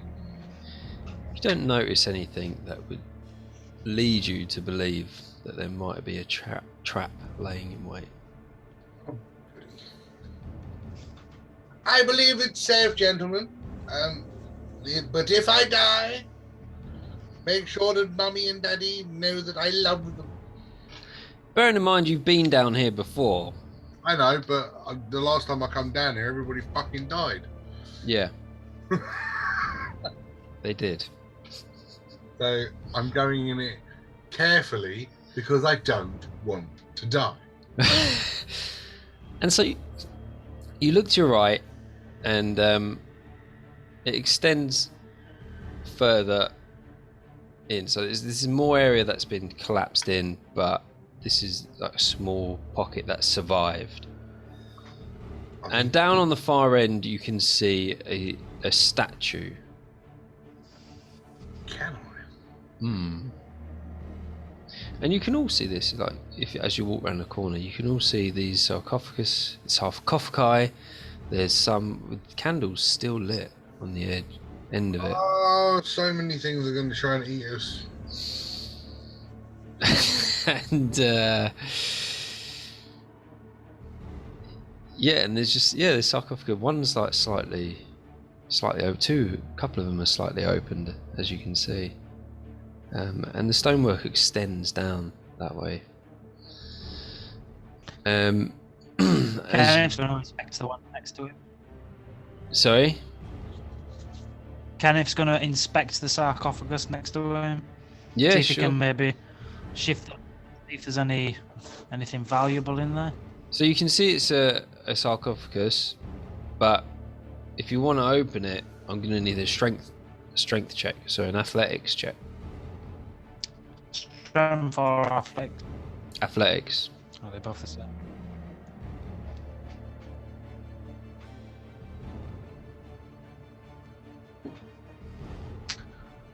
Oh, I'm at disadvantage because of my armor. Oh, man. What are you 10. wearing? 10. You get your hands on what looks like an area. You get a decent amount of purchase, and you like, and nothing moves. Hey, Reynolds, give me the hand with this, will you, young man? I'd rather not disturb the resting place. Oh, Please. Reginald, just help.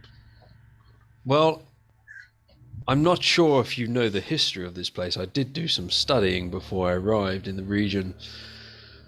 This is the resting place of many great warriors who used to serve the noble family in the area, and Are you gonna bloody give it the hand or not, you bloody bastard? that would be a no, Kenneth. That would be a bloody no. Man, or losing his shit. No. Oh god. I've already been down here once. I've already all of my friends die.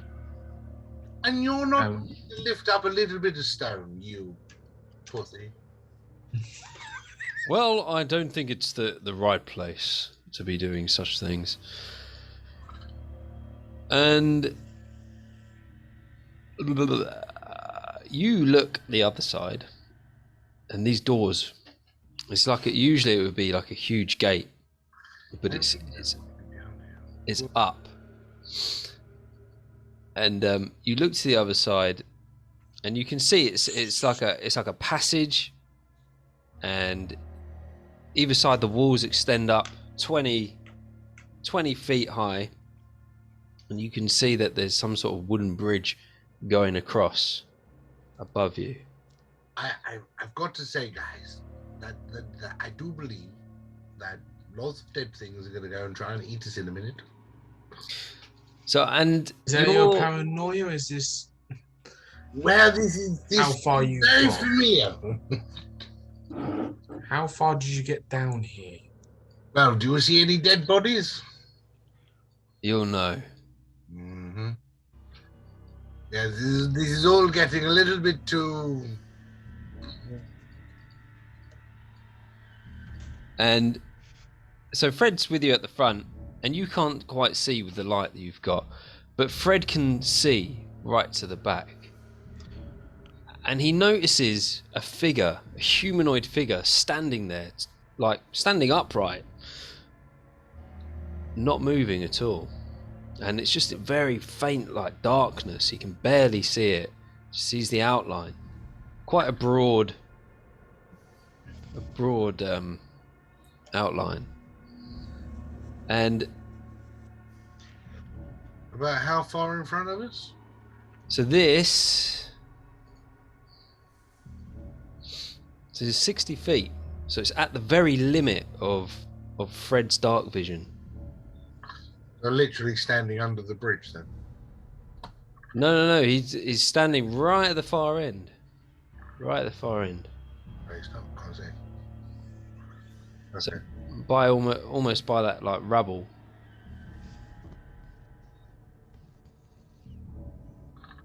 Okay.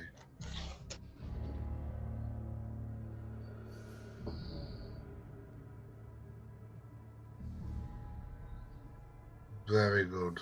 Bulky colky. Well. So I say, Frederick, if you can see them, what?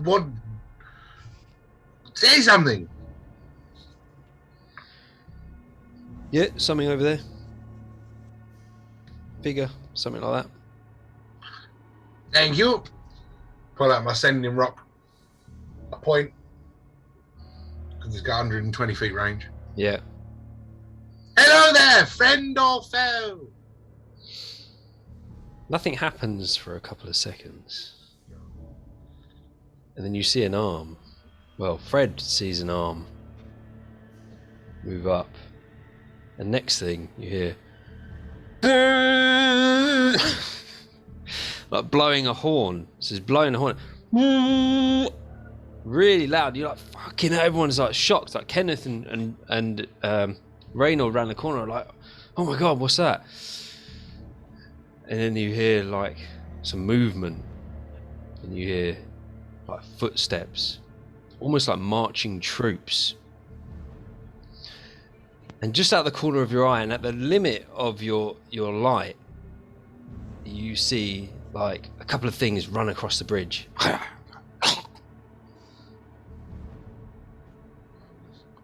And you hear more and more movement. And then from the horn again, and this creature starts moving forwards. And this is where we roll for initiative. Bollocks, run! Fuck that shit. Expeditious retreat!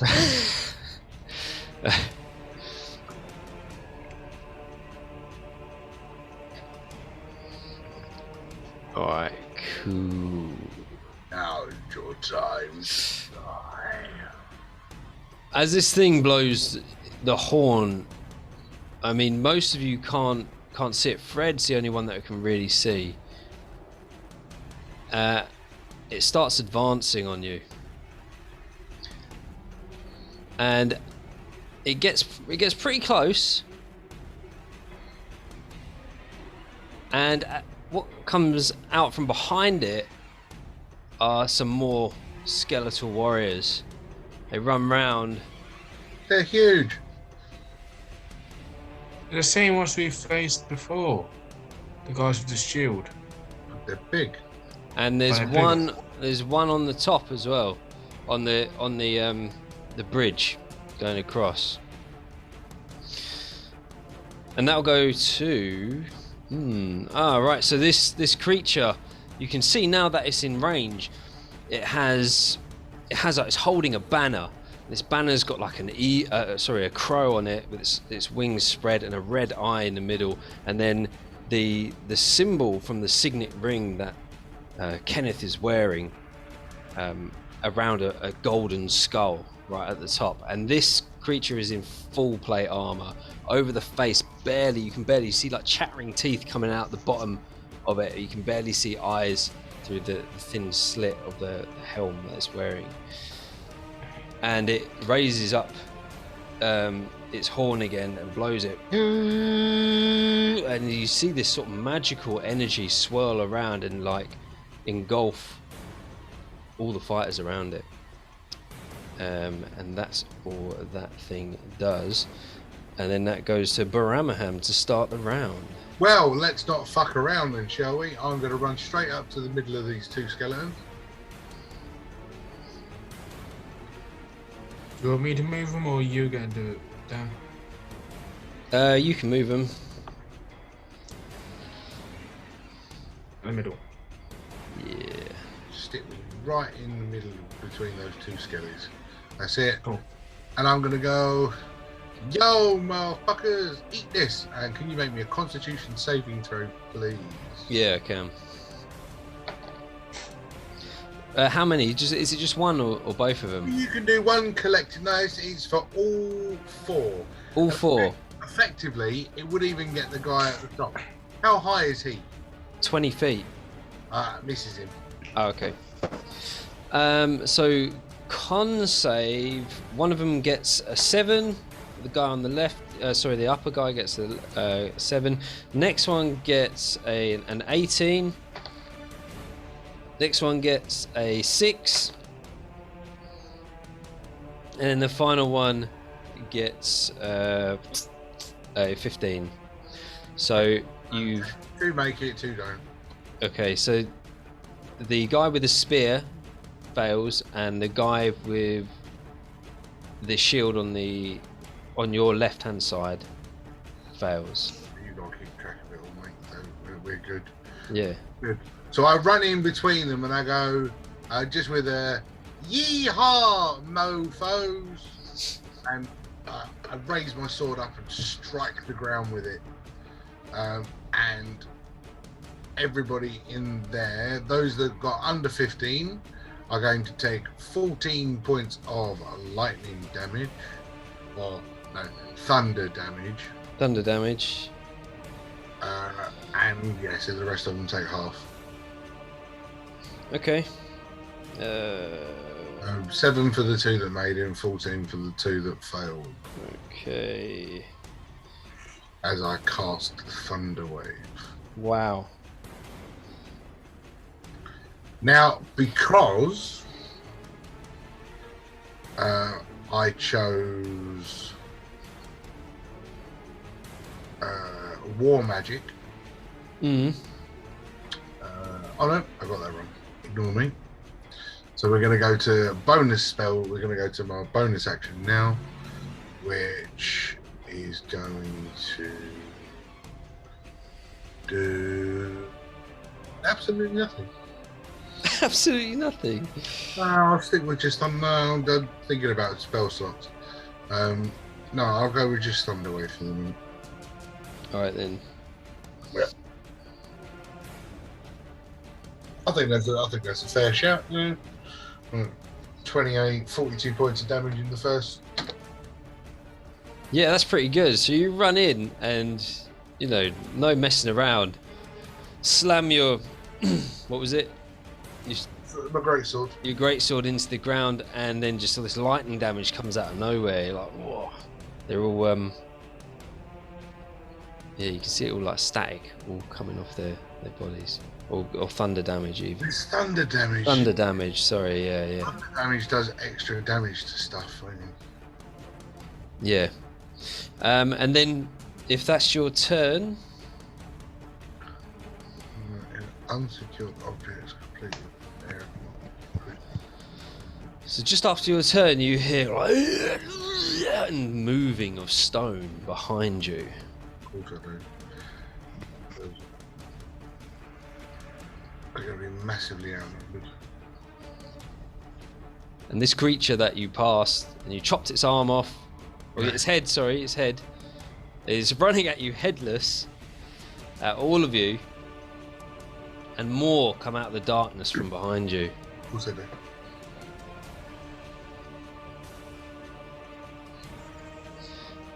And they run in, and they're all going to go Fred now.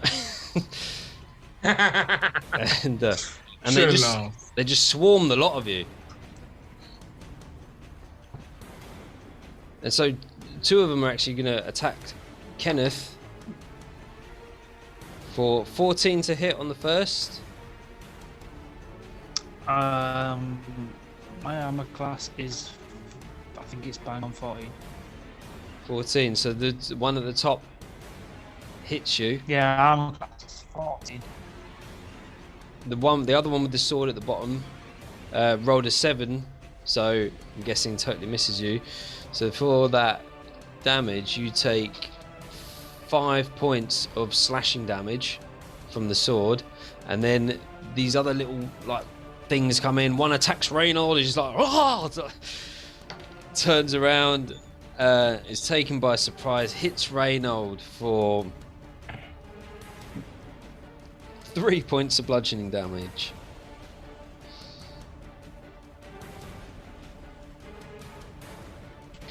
And the other 2 go for Reynold as well. One hits, the other one misses, and does with the 3. And then that goes to Gravel.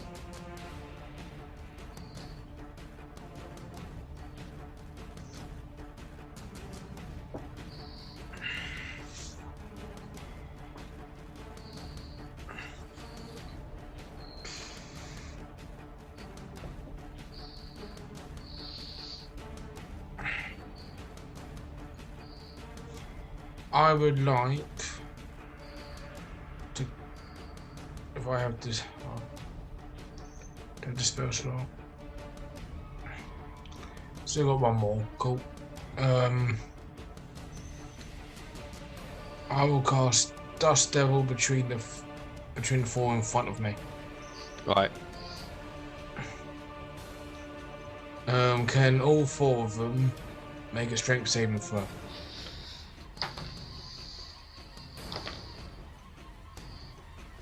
That's them 2.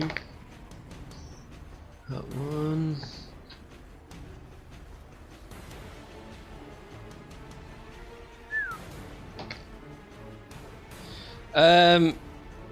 You got 2 15s, 1 17, and the last one was a 16.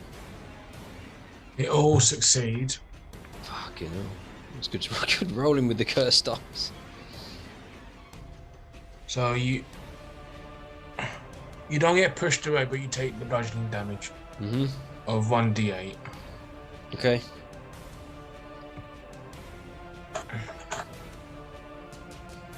You take 4 points of bludgeoning damage. 4 points, okay. And I just need to go stay concentrated. Stay concentrated, yeah, okay. Yeah.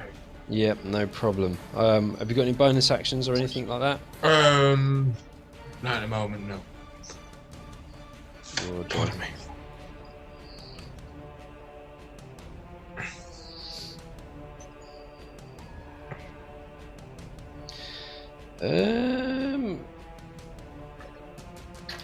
Okay, after that, so the guys with the shield in front of you, Bar. So they got their shields up in position, and they just like tuck them away quickly. And this guy with the spear behind, it gives him an opening to thrust through. And he thrusts with all his might.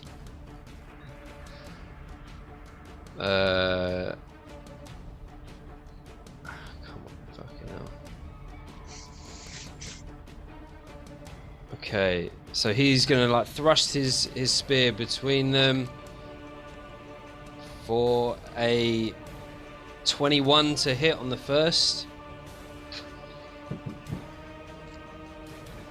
dealing 9 piercing damage. He's then gonna, as he brings it back, he's just gonna thrust it again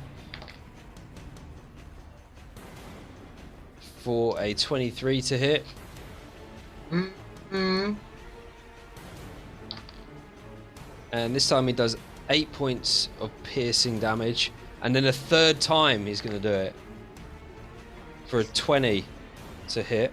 Mhm. What is your AC with that shield? Oh, I'm not using the shield because I didn't get my longsword. And he does a further 10 points of piercing damage. And as the final spear comes back, the guys with the shields, they come back over with the shield in a defensive position. And that's the end of his turn. So as their shield comes down, they instantly see the weakness and hit you with their axes. So the first one is a... what's the modifier? Okay, a 24 to hit. Fucking no.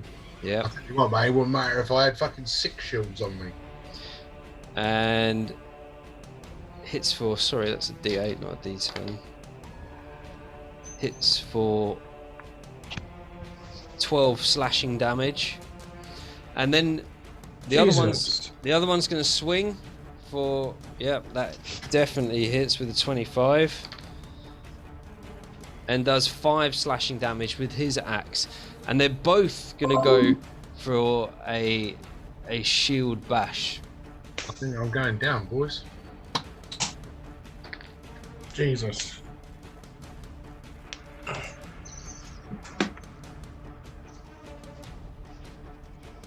So I need you to do a strength saving throw. Oh, at least there's something I'm good at. 26. 26, yeah, you totally firm it. But you take, where's my D4? My son messing around with my dice. You take 2 points of bludgeoning damage. Yep. And that's it. You take 2 points of bludgeoning damage. But what you have, as they've hit you with the axe, they have something called Foul Defender, which means you have disadvantage on all attack rolls against targets within 5 feet of the Bone Defender. And that's their turn. And then that goes to I think Kenneth. that poxy little elf might have a point. Goes to Kenneth. So am I surrounded by 4 people? Yeah, you are. What are those smaller ones? The smaller ones, Yeah. the ones, yeah, they're just like little weaklings. They've got like a little club and no sort of defense at all.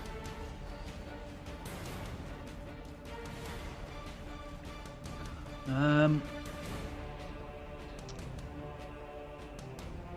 minute, let me just check. Should have checked this before, really.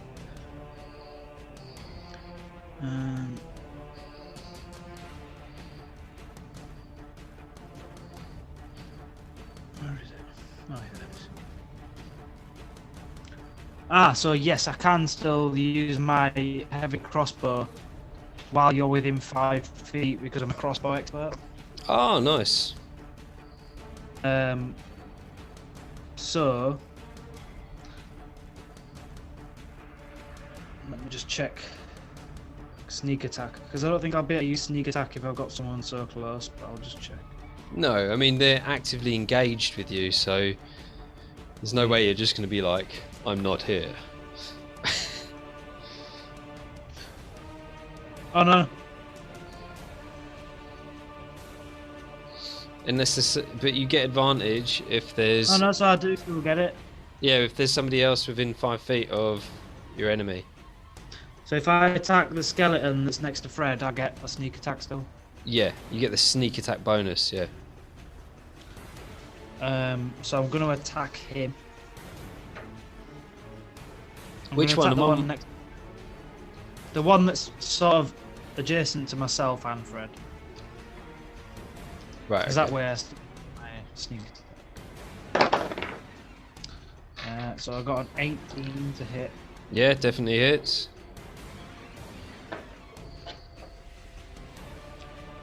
And I'm going to sneak attack him.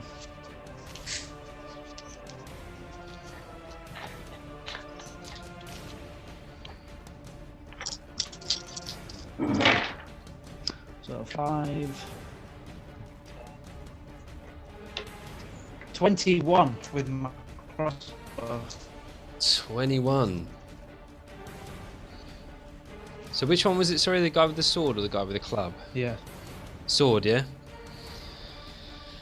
So you just So turn it's in the quick. guy with the sword Yeah. that's directly below. Yeah.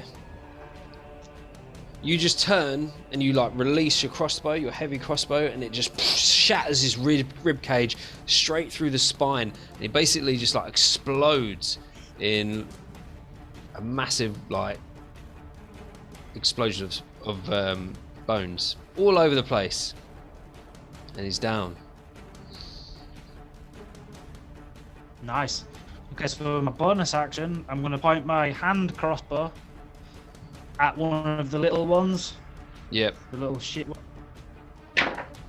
And I think I missed with a 12.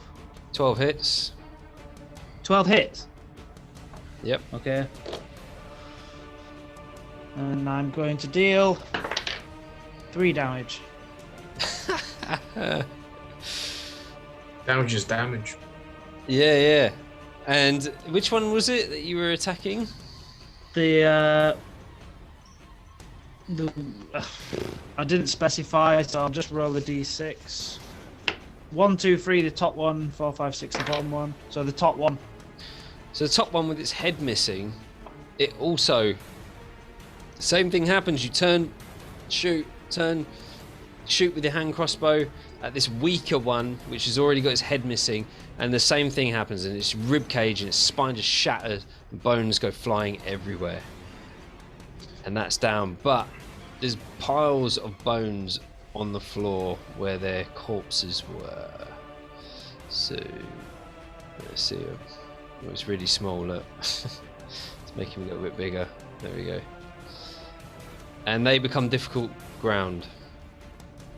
Not for me. Okay. Not for gravel. Not for Earth gymnastics. That is going to end Kenneth's round of combat. Oh, Although very he's nice. going to shout, "That's how you do it, boys! Come on, let's have these skelly bastards!" Ours that- looks different. Yeah. Ours got shields. With that, the one at the top takes a shot at gravel for a. I'm trying to do the maths. Come on. 23 to hit. Yeah, that hits. 2, 6, bear with me. Boom. Sucks. And yeah, he does 9 points of piercing damage. Cool. And I had to go over Constitution to keep Dust Devil up. Let me. Yeah, go on then.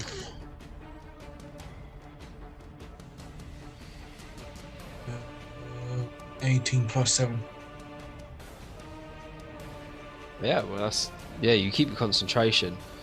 Like the bolt comes in, hits you, you're just like, oh. Manage to focus. So he takes another shot with an 11. That misses. Totally I misses. just swapped that. Pings.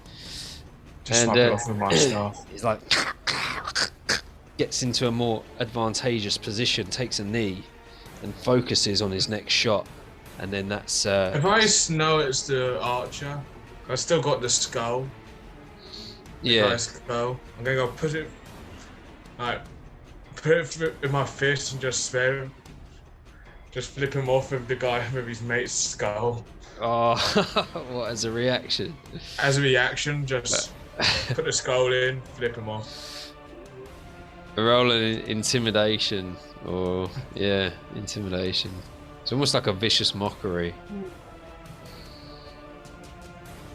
I have +0.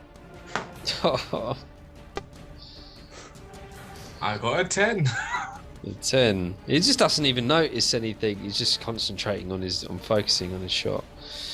And then that brings us to Reynold, and Reynold, just in the moment, he just swings his sword round, narrowly missing Gravel, and swinging like a lunatic, and swinging it into the things that have just assaulted him from behind, and he totally hits with. Give me the other one.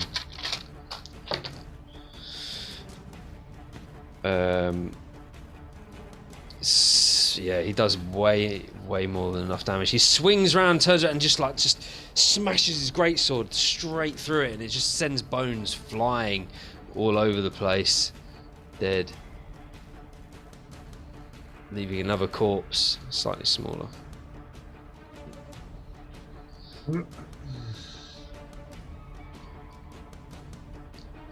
And he goes for the other one. And hits. And does the same thing to the other one.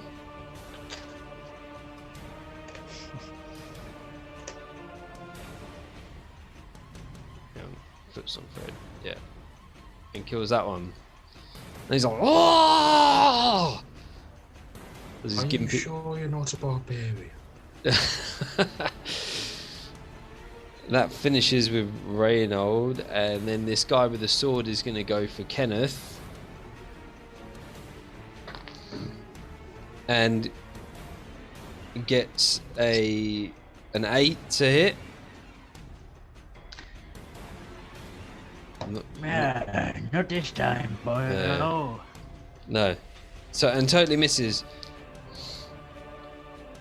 And then so this thing with the banner, it brings up the horn again and goes, and you hear next to you, Kenneth does. You hear, and Do we get a reaction? depends what your reaction is. This thing rises again. I kick pile of buns. Huh? Can I kick the pile of buns? Yeah. No. Scattering. Yeah, you kick the pile of bones and scatter them all over the place.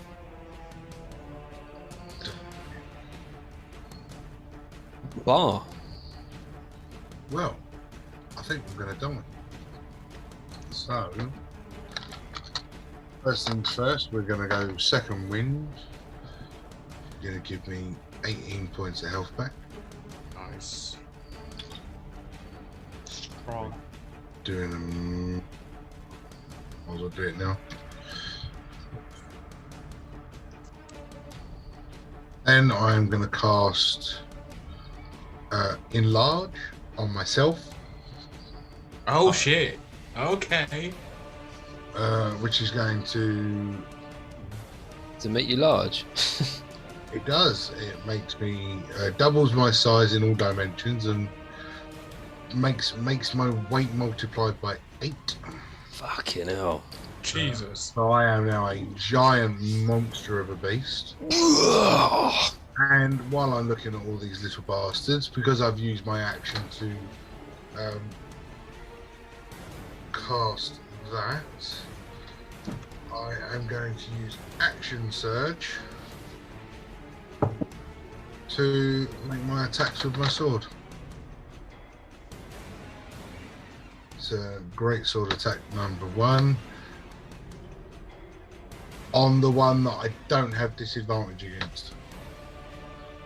So whichever one is protecting being a bony bitch. So, so both of them hit you with an axe, and both of them grant disadvantage on all the other enemies. Every throw, that's fine. 25 with disadvantage. 23. 23 hits. Nice. Easy. So Fuck you guys. we will throw that out. That will be 16 points of damage plus the extra D4 that I do for being a big bitch. Oh, Yeah. 3. So 19 points of damage from the first great sword attack.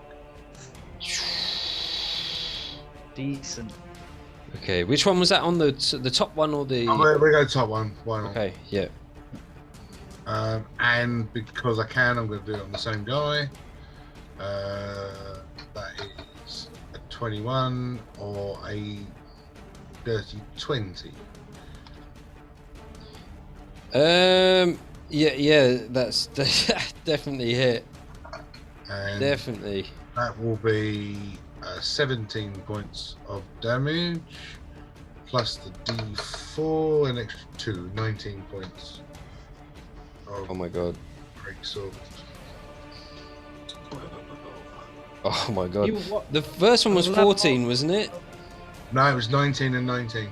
19 and 19. All right, cool. Yeah, that's great. Yeah. Review second wind. Yeah. Spell slot. I used action surge. And so with these hits, they've tried to defend themselves, but they're just the power of it just like powered through their shield defense and just smashed down on them, and they've taken some serious damage from these attacks. And they look weary. They're still standing though. Oh, I've got feet or a trait. Man, I need somebody to stand next to me. No, I'm good. That's it. And All right, and then that goes to gravel. So, first things first, I'll move my dust devil around to collect the rubble, and it will grow to 10 feet now. Yeah, let me paint this in. So it goes around, collects some rubble, and do you want it Still in the centre, and it will just grow to 10 feet. Why is it doing this? Spots! What's going on? I don't know. In the centre. So 10 feet. Yeah, 10 feet. All right. So, can you redo your strength saving throw, please? Yep. 10 for the guy on the top. All right. 24 for the guy on the bottom. These are the two shield guys. The other guy on the top is an 18, and the guy with the banner is a 5. So, The two strength top save ones. was a 14. Yeah, so two top ones passed, and the bottom two fail. So the bottom two get flung 10 feet, Okay. and the other two just stand there doing them. But they both take, all four take 1d8. So that guy ends up on the other side of the bridge. So you all take 7 points of bludgeoning damage. God damn. And that's just a bonus action. Oh man. Dust Devil's brilliant spell. It's good. Okay, and yeah, so that the one with the shield gets like flung into the wall. He can't go any further. takes the damage, and the other one's like launched backwards.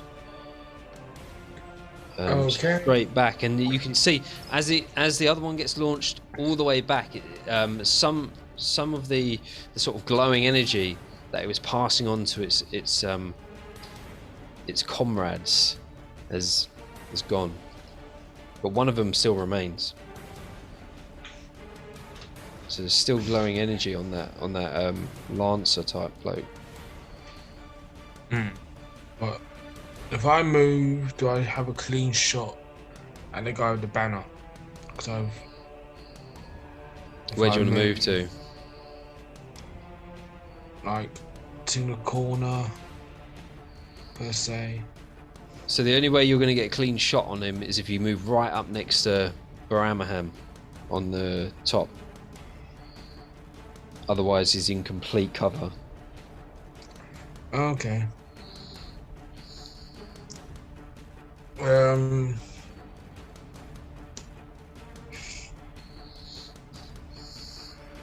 Yep. First off, I'll go load up my heavy sling. One. I'm gonna fire his body at him. So I'm gonna go find the skull Yep. at him. Yeah. I'll give you How a much damage D4. would that be? D4. That'll be a D4. Cool. Yeah. I'll accept that. For a 15 to hit. 15 misses. Okay. And I will try again with a 9 pellet. Yep. Or that's a 19 plus 3. 19 plus 3 definitely hits. And that is 1d10. Yep.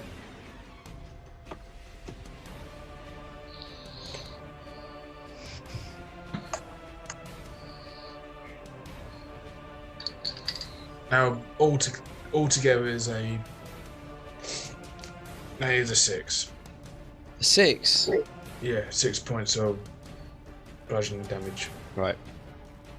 So the skull just pings off his armor, doesn't do any damage whatsoever, and then the iron ball follows shortly afterwards and just smashes straight into his chest, making it like drop the banner slightly, but then stands back up.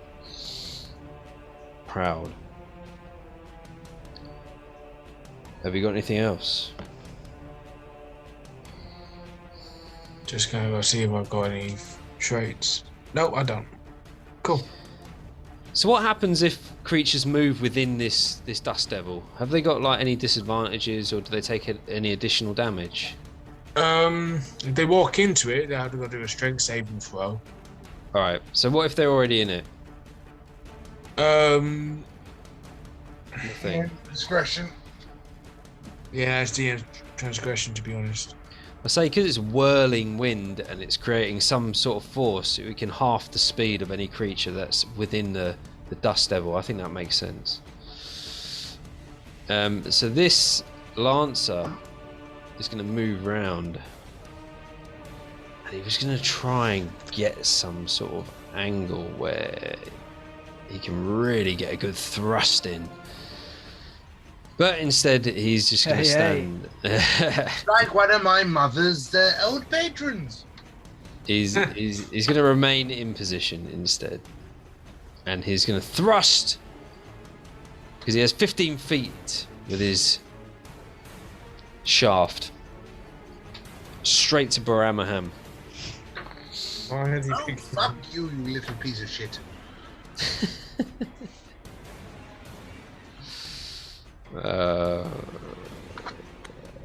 Bob's fucking in for him.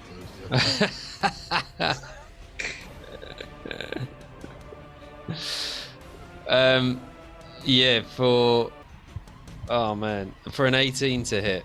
Fuck you, man. Just gonna miss Jack. Go on, go on. And a 7 piercing damage. Yeah, that's right. God, I'm just gonna wait. I'm gonna add them all up. Carry on. And then thrusts again What's he done? for for a 16. Yeah, that still hits. Fucking Jesus, man. And does 10 piercing damage. Nice. Well, there go. There goes my extra fucking hit points. And finally, an 11. Hooray! Fuck you! 11 totally misses, like chinks off your armor. Excellent. And then that's the end of his Thank you. turn. Thank you. Cave's familiar appeared. What? What's that? Cave's got a familiar. Should be a druid. No way. Or a wizard. Yeah, or a lizard. I don't think that spell does anything to me. Oh. And Those ones to be paid. Go back over there. Come on, back over here. that goes to the shield guys, and one of them's going to go for gravel with.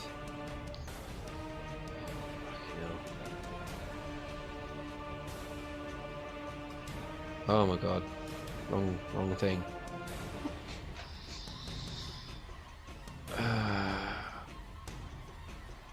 Right, okay. Yeah, 21 to hit Yeah, that hits.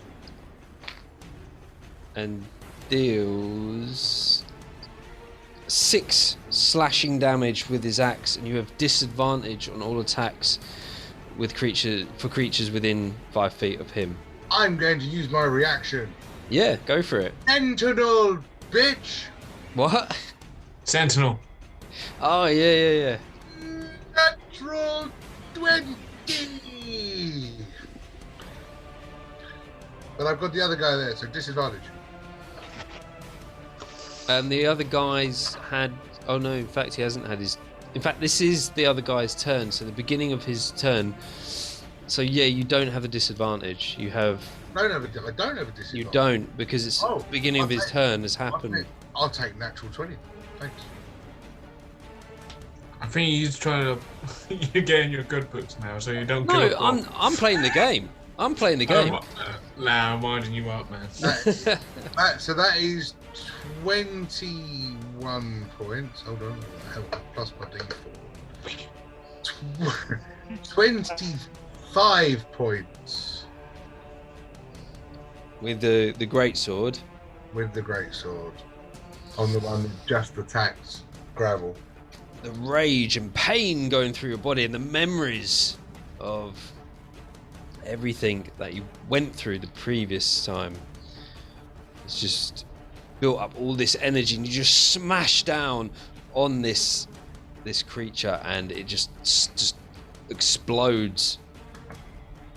Bones go flying everywhere, like all the Having a others. con save to keep dusting. Yeah, you do actually. Yeah. Once that guy explodes to nothing, I turn to the other guy and go, now I've done him, I'm going to do you. 14 plus 7.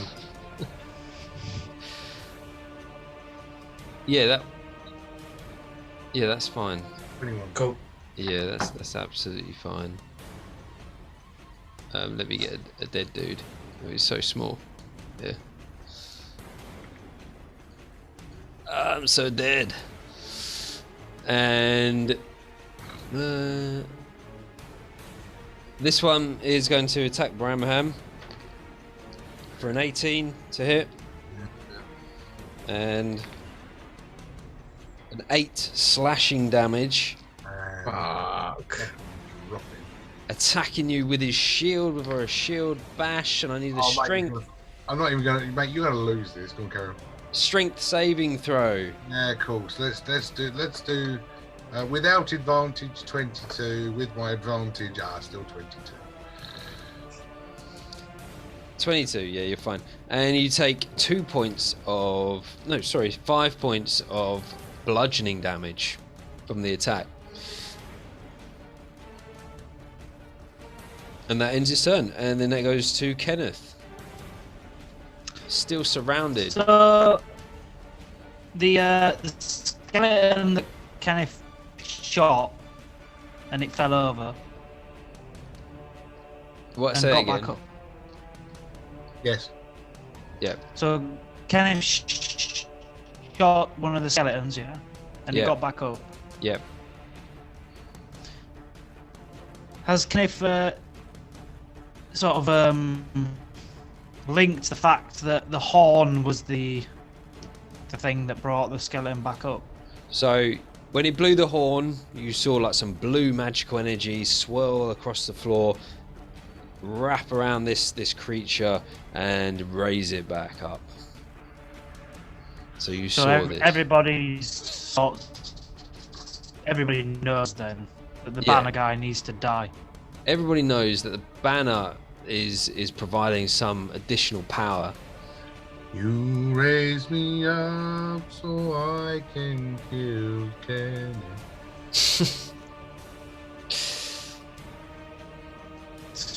Cool. Kenneth's gonna do the exact same, and he's gonna shoot the guy that's next to Fred to get some damage.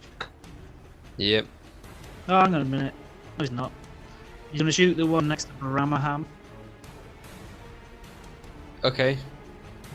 He's gonna fire his main crossbow at the big one next to Ramaham. Yep. Anybody got any healing? Anything. I'm willing to go do something, but I need to go ask if the DM will allow it. I got a 14. Misses. So you shoot your bolt and it just raises his shield and just goes straight into his shield. Okay, and then I will put my little one into. Don't you have to hit first with your big one? No, it's just a bonus action. Alright. But I've lost my sneak attack. Because. Sneak I attack you used- can choose when you want to use it. Yeah, but He's do I not already need used to- it. Oh, do you use sneak attack? Used it on that I attack. would have used sneak attack with my main one, yeah. Ah, okay. So then the one next to me, I got a 0. What? Well, I'm a -3 to hit, so I got a 3, so it's a 0. You pull the trigger and it just doesn't. There's a failure in the mechanism and it just doesn't fire anything.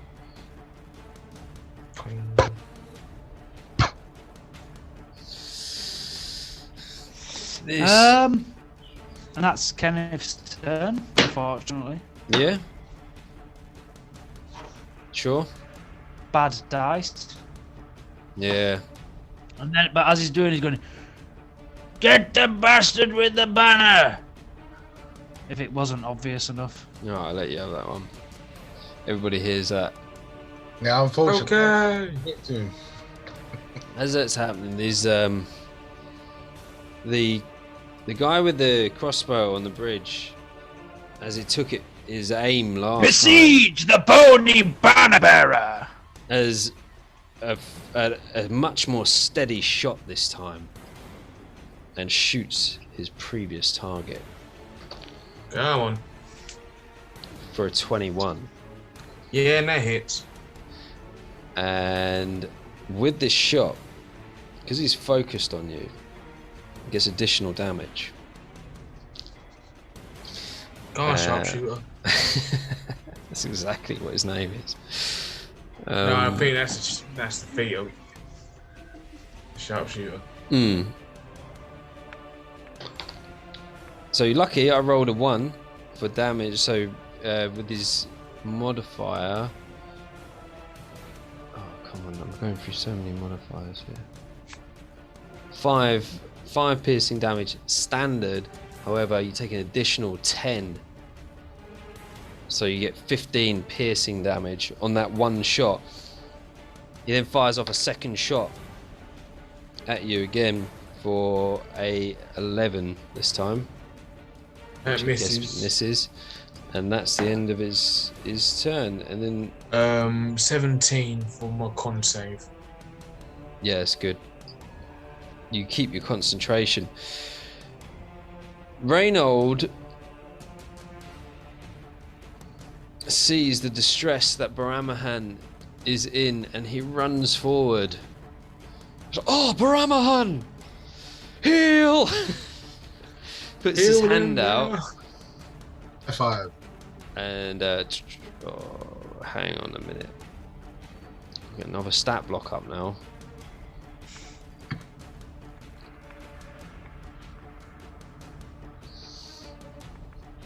I don't say that first round of attacks, I thought 46 points of damage. Yes, it's good, that, isn't it? This is why I'm freaking, tank. Yeah. Tank mage. Reynold heals you for 20 points of HP. Respect, Renault. As this radiant light emits from his hand as he touches you. And you hear "Ah!" from the heavens. Smashing. I like it. And that's all Reynold's going to do. High five, Renault. Huzzah! Just giant hand palming. So these guys with the swords round Kenneth are going to go for an attack. One gets a 25. The other one gets an 11. So I would take it 25 hits. Yeah, the 25 hits. And deals 9 points of slashing damage from his sword. But the other one just totally misses and just hits the stonework on the ground. 16 total then.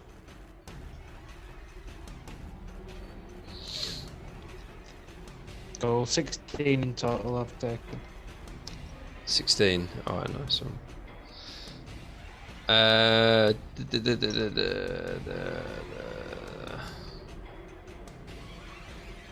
Okay.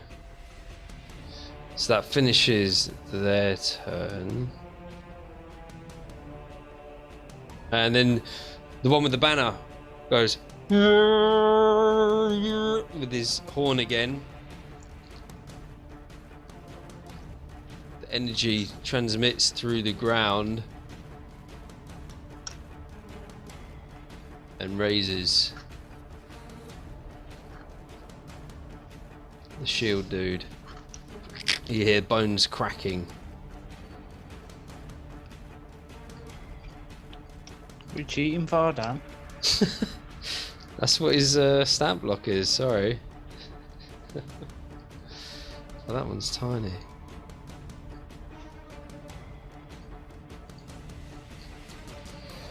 Yeah, but it's how you use it then. And then that goes to Baramahan.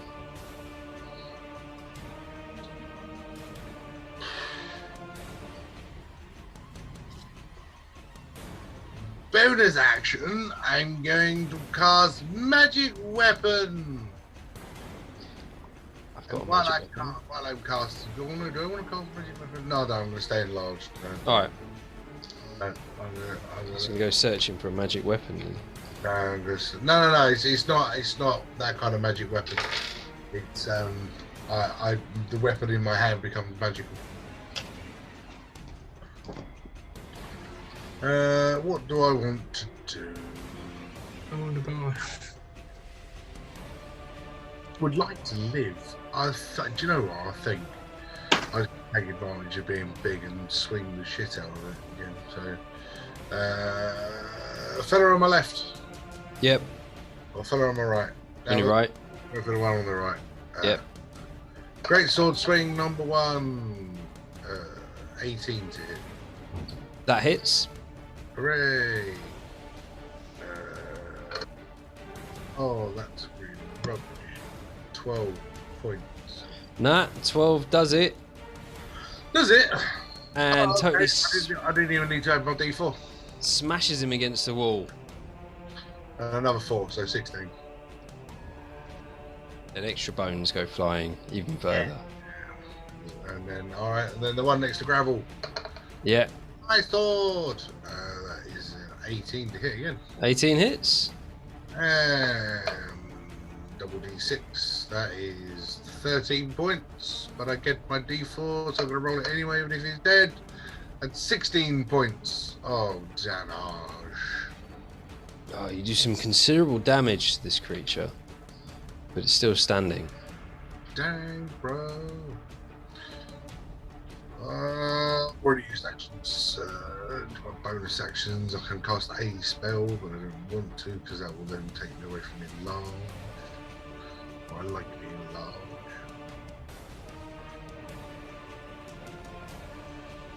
Six traits. I don't know anything.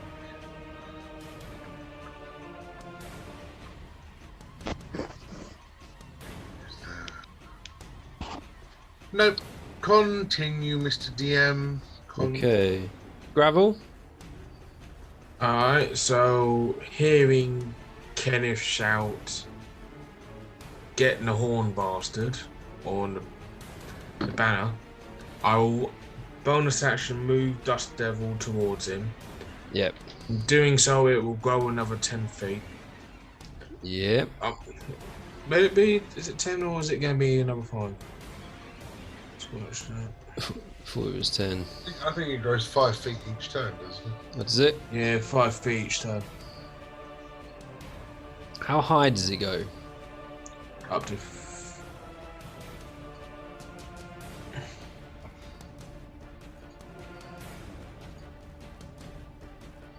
It doesn't say. I would assume that it goes all the way up. So you're going to get the guy on the bridge as well. Well, it says like 5 feet cube. So I think it's width and height. But it's cube. Alright, so it's just under then. Just under the bridge. Because it would be 15 feet high. Right. Yeah? Yep. Can you make a strength saving throw, please? Yep. 5. You failed. You get flung. And you can take 1d8. Is it, how far is it? 15 or 10? 10. 10 feet, about there, yeah. And you go take 7 points of bludgeoning damage. So again, it gets thrown back, but it's still standing strong. Further away from the catch him. Have you got anything else?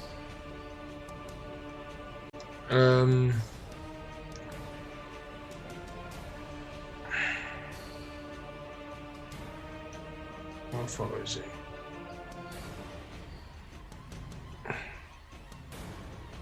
Right.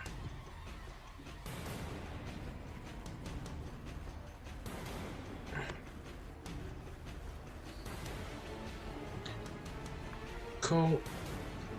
If I am able, I'm gonna go cast Catapult Yeah. at the guy with the banner. Yep.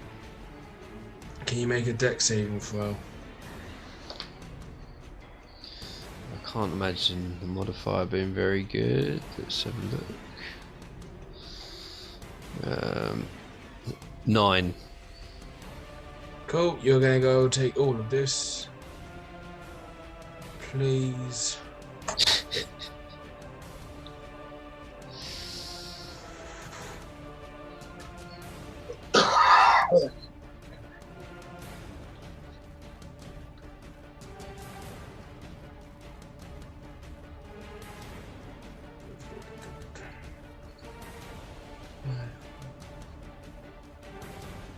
Oh, that is 15 points of bludgeoning damage. 15 points. Yeah, all 5s. Oh, yeah.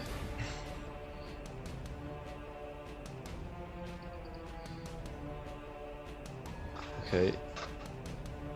So it took some serious damage with that hit.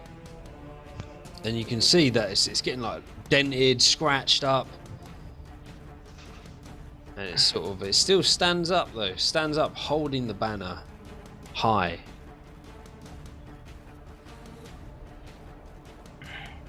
Anything else? Oh, can't do it because it was bonus action. But if I'm allowed to, I want to go give Baramham my second wind, but as a bonus action. I really want to give it to Baramham. My second wind.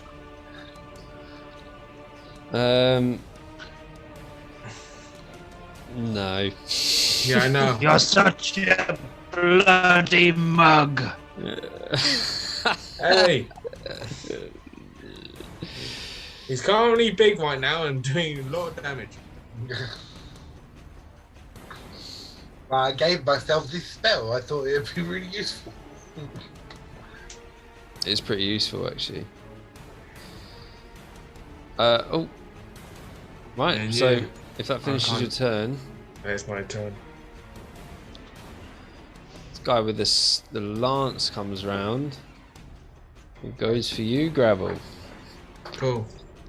Sentinel, bitch! For a 12 to hit. That misses. Do you want to use Sentinel on the first one? Oh, I just use Sentinel. Yeah, use Sentinel. Dun, dun, dun, dun, dun, dun, dun, dun, dun. 21 to hit. Hits. Lovely. 11 plus my d4. 12. 12 Oh.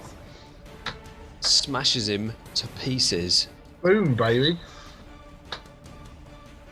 He's only bones. He's only bones. Oh, Um, sorry, and wrong character. Sentinel, biatch. Just a minute. I like that one.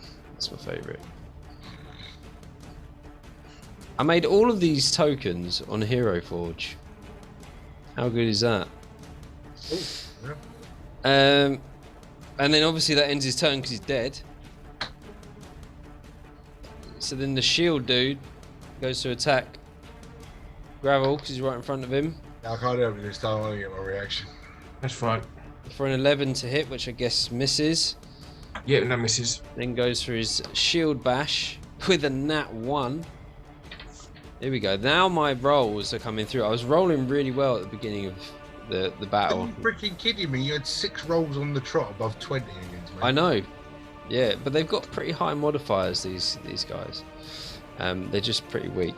So that he doesn't Just hit killed anything. him, resurrected.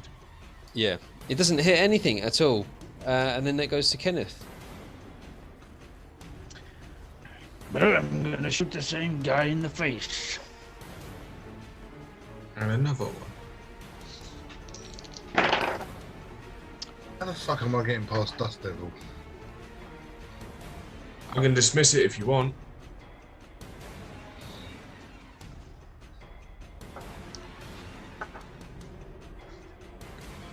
Oh, yeah, big that you can reach the guy at the top. I don't have to find out. But I missed. You missed. With advantage, I got a 7. Oh no, yeah, that misses. Oh, shit. So, hand crossbow, Yeah. -1. man, you wow. Yeah, you miss. You miss with that. And is there must be, you start to question the integrity of your hand crossbow. As it's failed twice in a row now.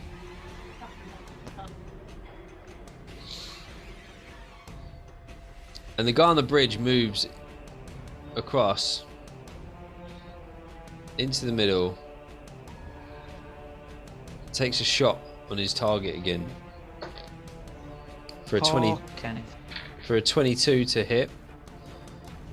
Yes, that Um, hits. Yeah.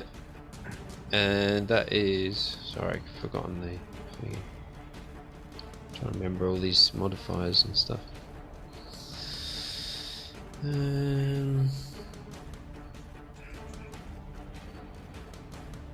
Oh yeah, of course it is. Yeah. For an 11 piercing damage, shoots again for a 16. That's my armor class. There's a further 9 piercing damage with his second bolt. And that's his turn over. I'll roll my constitution Twice. Yep. Dust Devil is gone with that one. Oh, no way. Oh no. Probably had to make. Oh no. Alright. Yep. Reynold. Again. Reynold.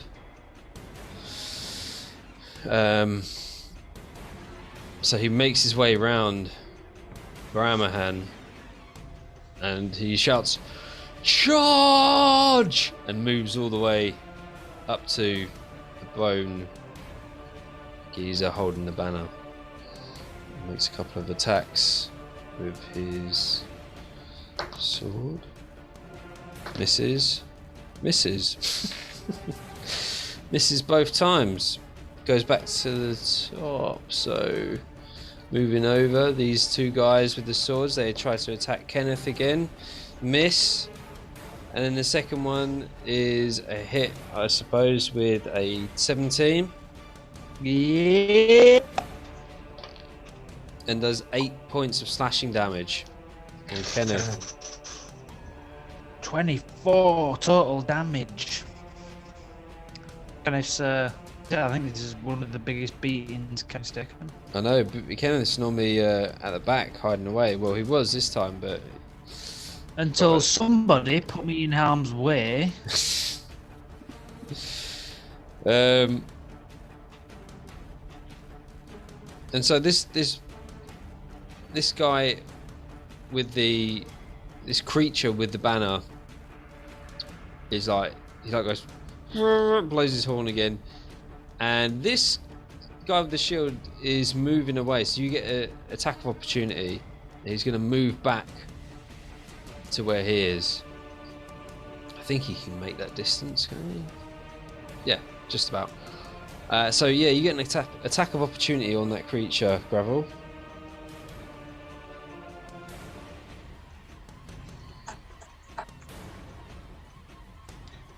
That's a dirty 20. Yeah, hits.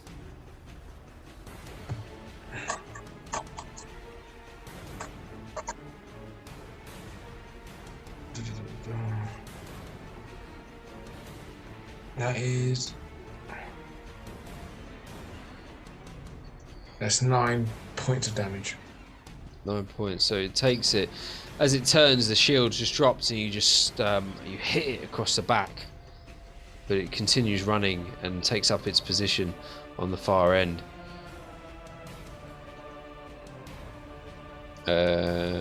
Bar. I would like to run as far forward as I can to these gentlemen. So I'm standing next to Reynolds. What's your movement? 30. 30. So yeah.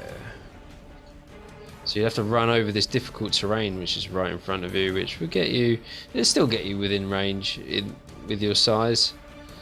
Just behind Reynold.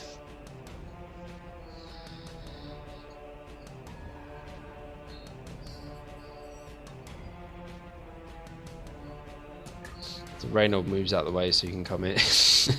He just hears this thunderous foot. This stampede behind him. Yeah, I mean, effectively, if you think that my weight goes up by times 8, I'm effectively 1,600 pounds of man running down this.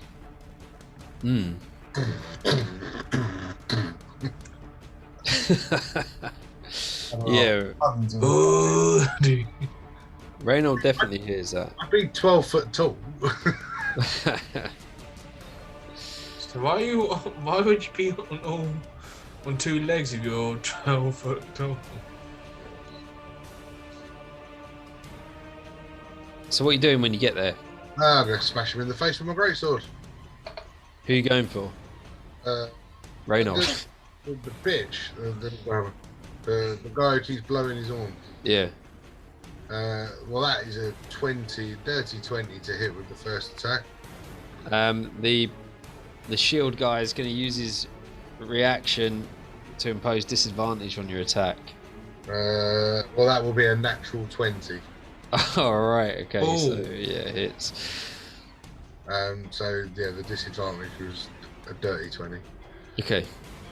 So I've got to get rid of all my freaking dice for the natural 20 now.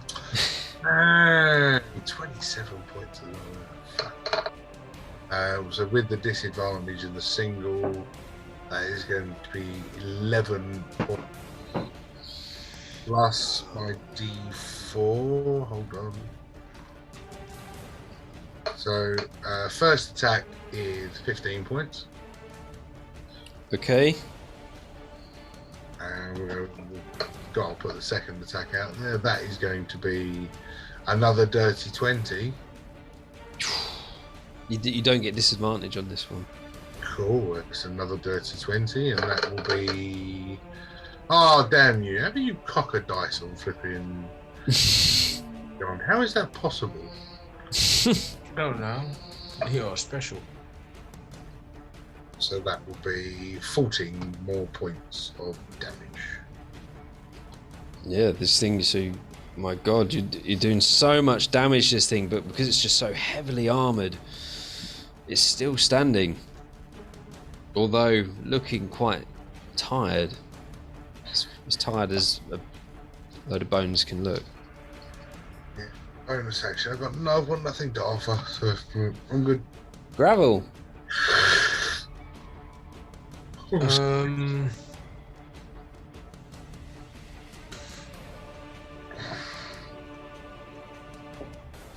Fuck it. I'm gonna go shoot. Let's play with the marksman. Who's a better shot? And I will try fire the sling. Fire the sling. Yeah. That's a 19 to hit. Yeah, 19 hits. Yeah.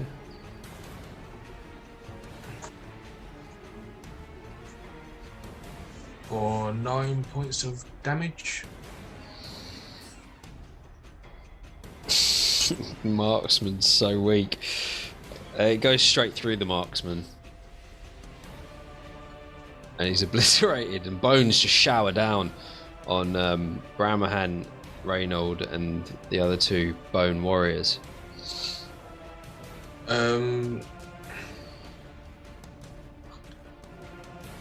Cool. I will then go use second wind. That's 1d10 plus 7.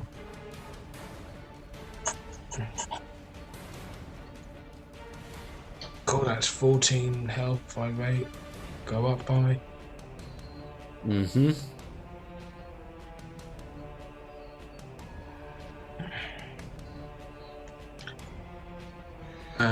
Me thinking that they'll be good down there, I'll go help Kenneth.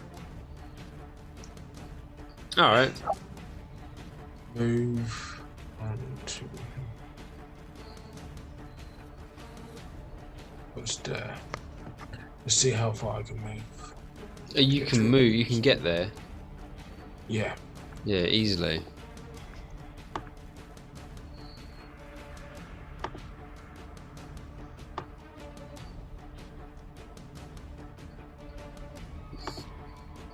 And while moving, I'll like a backhand swing with the staff. Still one-handed.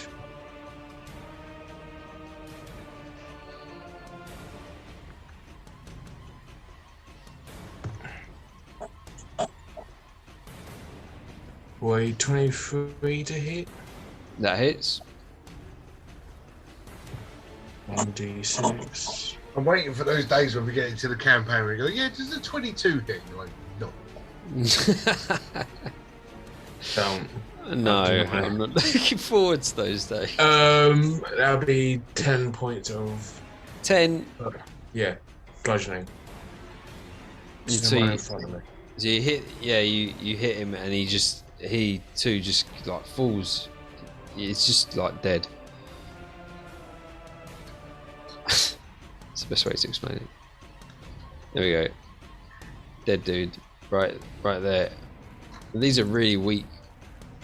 They're just held together with sort of weak magic. Got anything else? No, that's my turn. All right.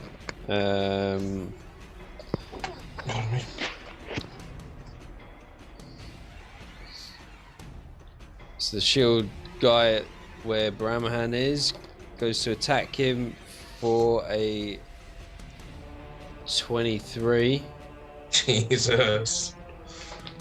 and does 8 points of slashing damage, and you have disadvantage on any other creature that you attack within 5 feet of that creature, and then tries to hit you with his shield and totally misses because he rolled a 3. Fabulous. Fan fucking dabby dozy. Kenneth.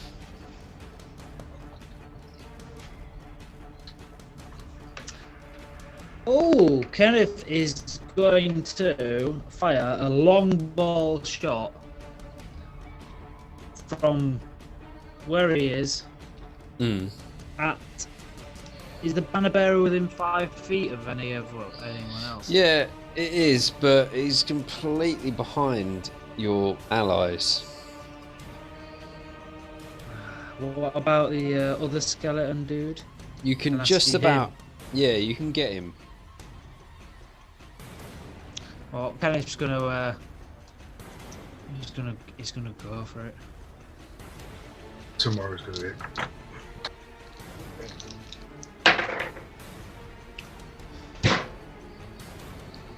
He's not. With a 5 to hit, he missed. Probably. Okay. Yeah, 5 totally misses. And then he's gonna, in his frustration, he's just gonna point the hand crossbow right at the one next to him and says, Yep.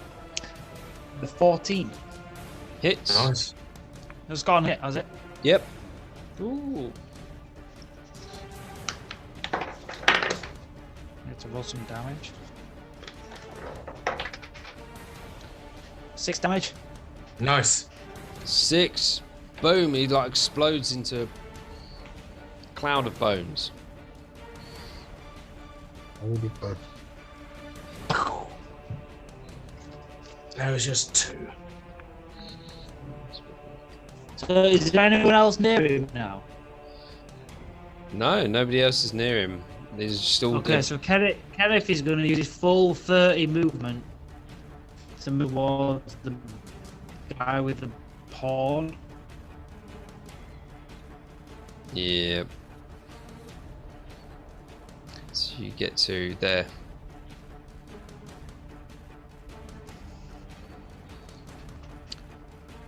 That's going to end his turn. Alright. Reynolds gonna swing. That one. And then hits. Ooh, nice hit, Reynold. Rolled a 10, so he gets. What's his modifier? It was 8. 18. Swings it into the guy with the shield and smashes him to pieces as well, leaving this banner bearer on his own. Yo, Reynolds. And then bearer has nothing left to do really. He's just gonna, does actually have a dagger, and he's gonna just take a desperate swipe at somebody. At Reynold, as he's just attacked his defense. Sentinel, bitch! And he often can you use misses. Sentinel? It's every turn, isn't it? I can use it as a one reaction every turn. Yeah, so Nice. yeah, it takes up the reaction. That is 21 to hit. Hits. And that will be up a d4. 16 points of damage. 16 points. Bramaham, describe the kill. I just Yes. I scream in this guy's face like I've been doing for pretty much the entire thing. Sentinel, you biatch! Swing of my big shiny platinum edged great sword. Just Platinum edged. yeah, I'm rich. Because I'm rich. And I'll tell you what, because I haven't done it in such a long time, I'm going to use the trick that my mummy taught me when the patrons got a little bit handy. So I'm going to slice up through these genitals, across the abdomen, and continue going upwards until the head falls off of the top of the body. Knowing that there are no guts to spill, I take the pleasure in watching the armor split in twine. And you do that, and Reynold has to like shield his eyes, like oh. And as it explodes again. I do believe I understand why the rest of my brigade died now. Indeed. And that ends a combat. Holy fuckballs. So pretty well coordinated, these skeletal warriors.